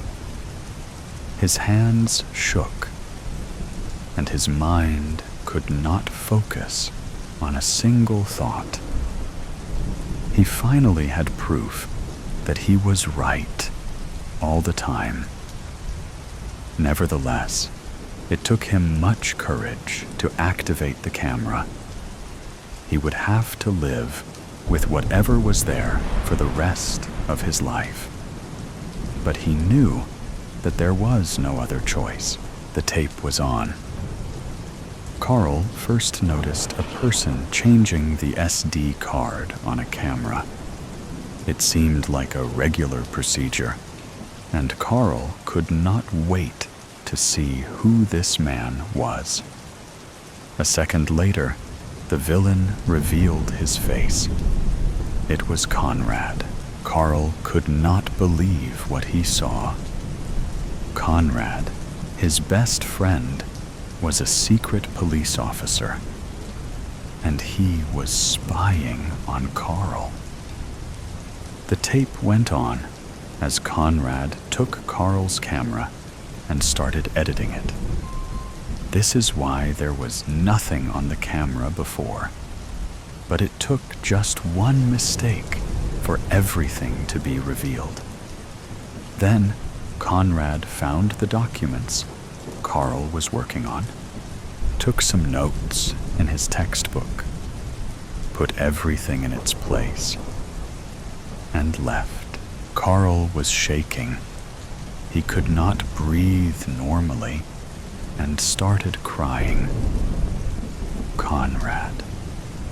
Out of everyone, Conrad, his best friend, the only person he could trust.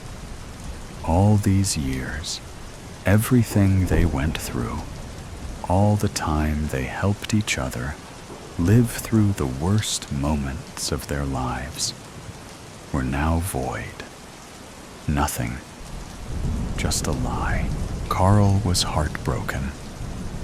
He didn't know what to do, and wasn't even sure if he wanted to live anymore.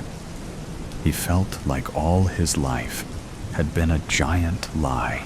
No, it's not how it should end.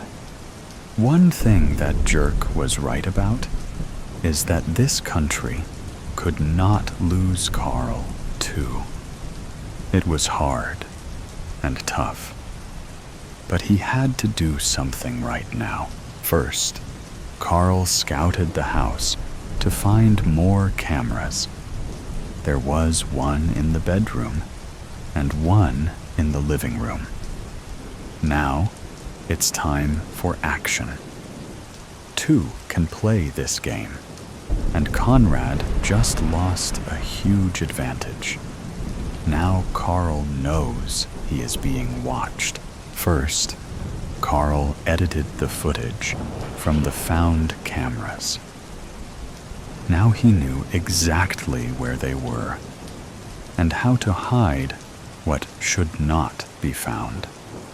He didn't want to look too suspicious, though. Sometimes he left some clues, usually useless, so that he would not be detected. As for Conrad, Carl made sure he did not suspect anything. As hard as it was, the two continued their tradition of gathering every 2 weeks. Carl had to put all his willpower to use to not punch his friend in the face. Sometimes he skipped the wine party for made-up reasons, but always edited the videotapes accordingly. One evening, when they sat at the table, Carl said the one thing he had planned for a long time. "Hey, Conrad, I want to show you something I was working on. Just promise to keep the secret, all right? It might cause big problems if anybody knows except for us."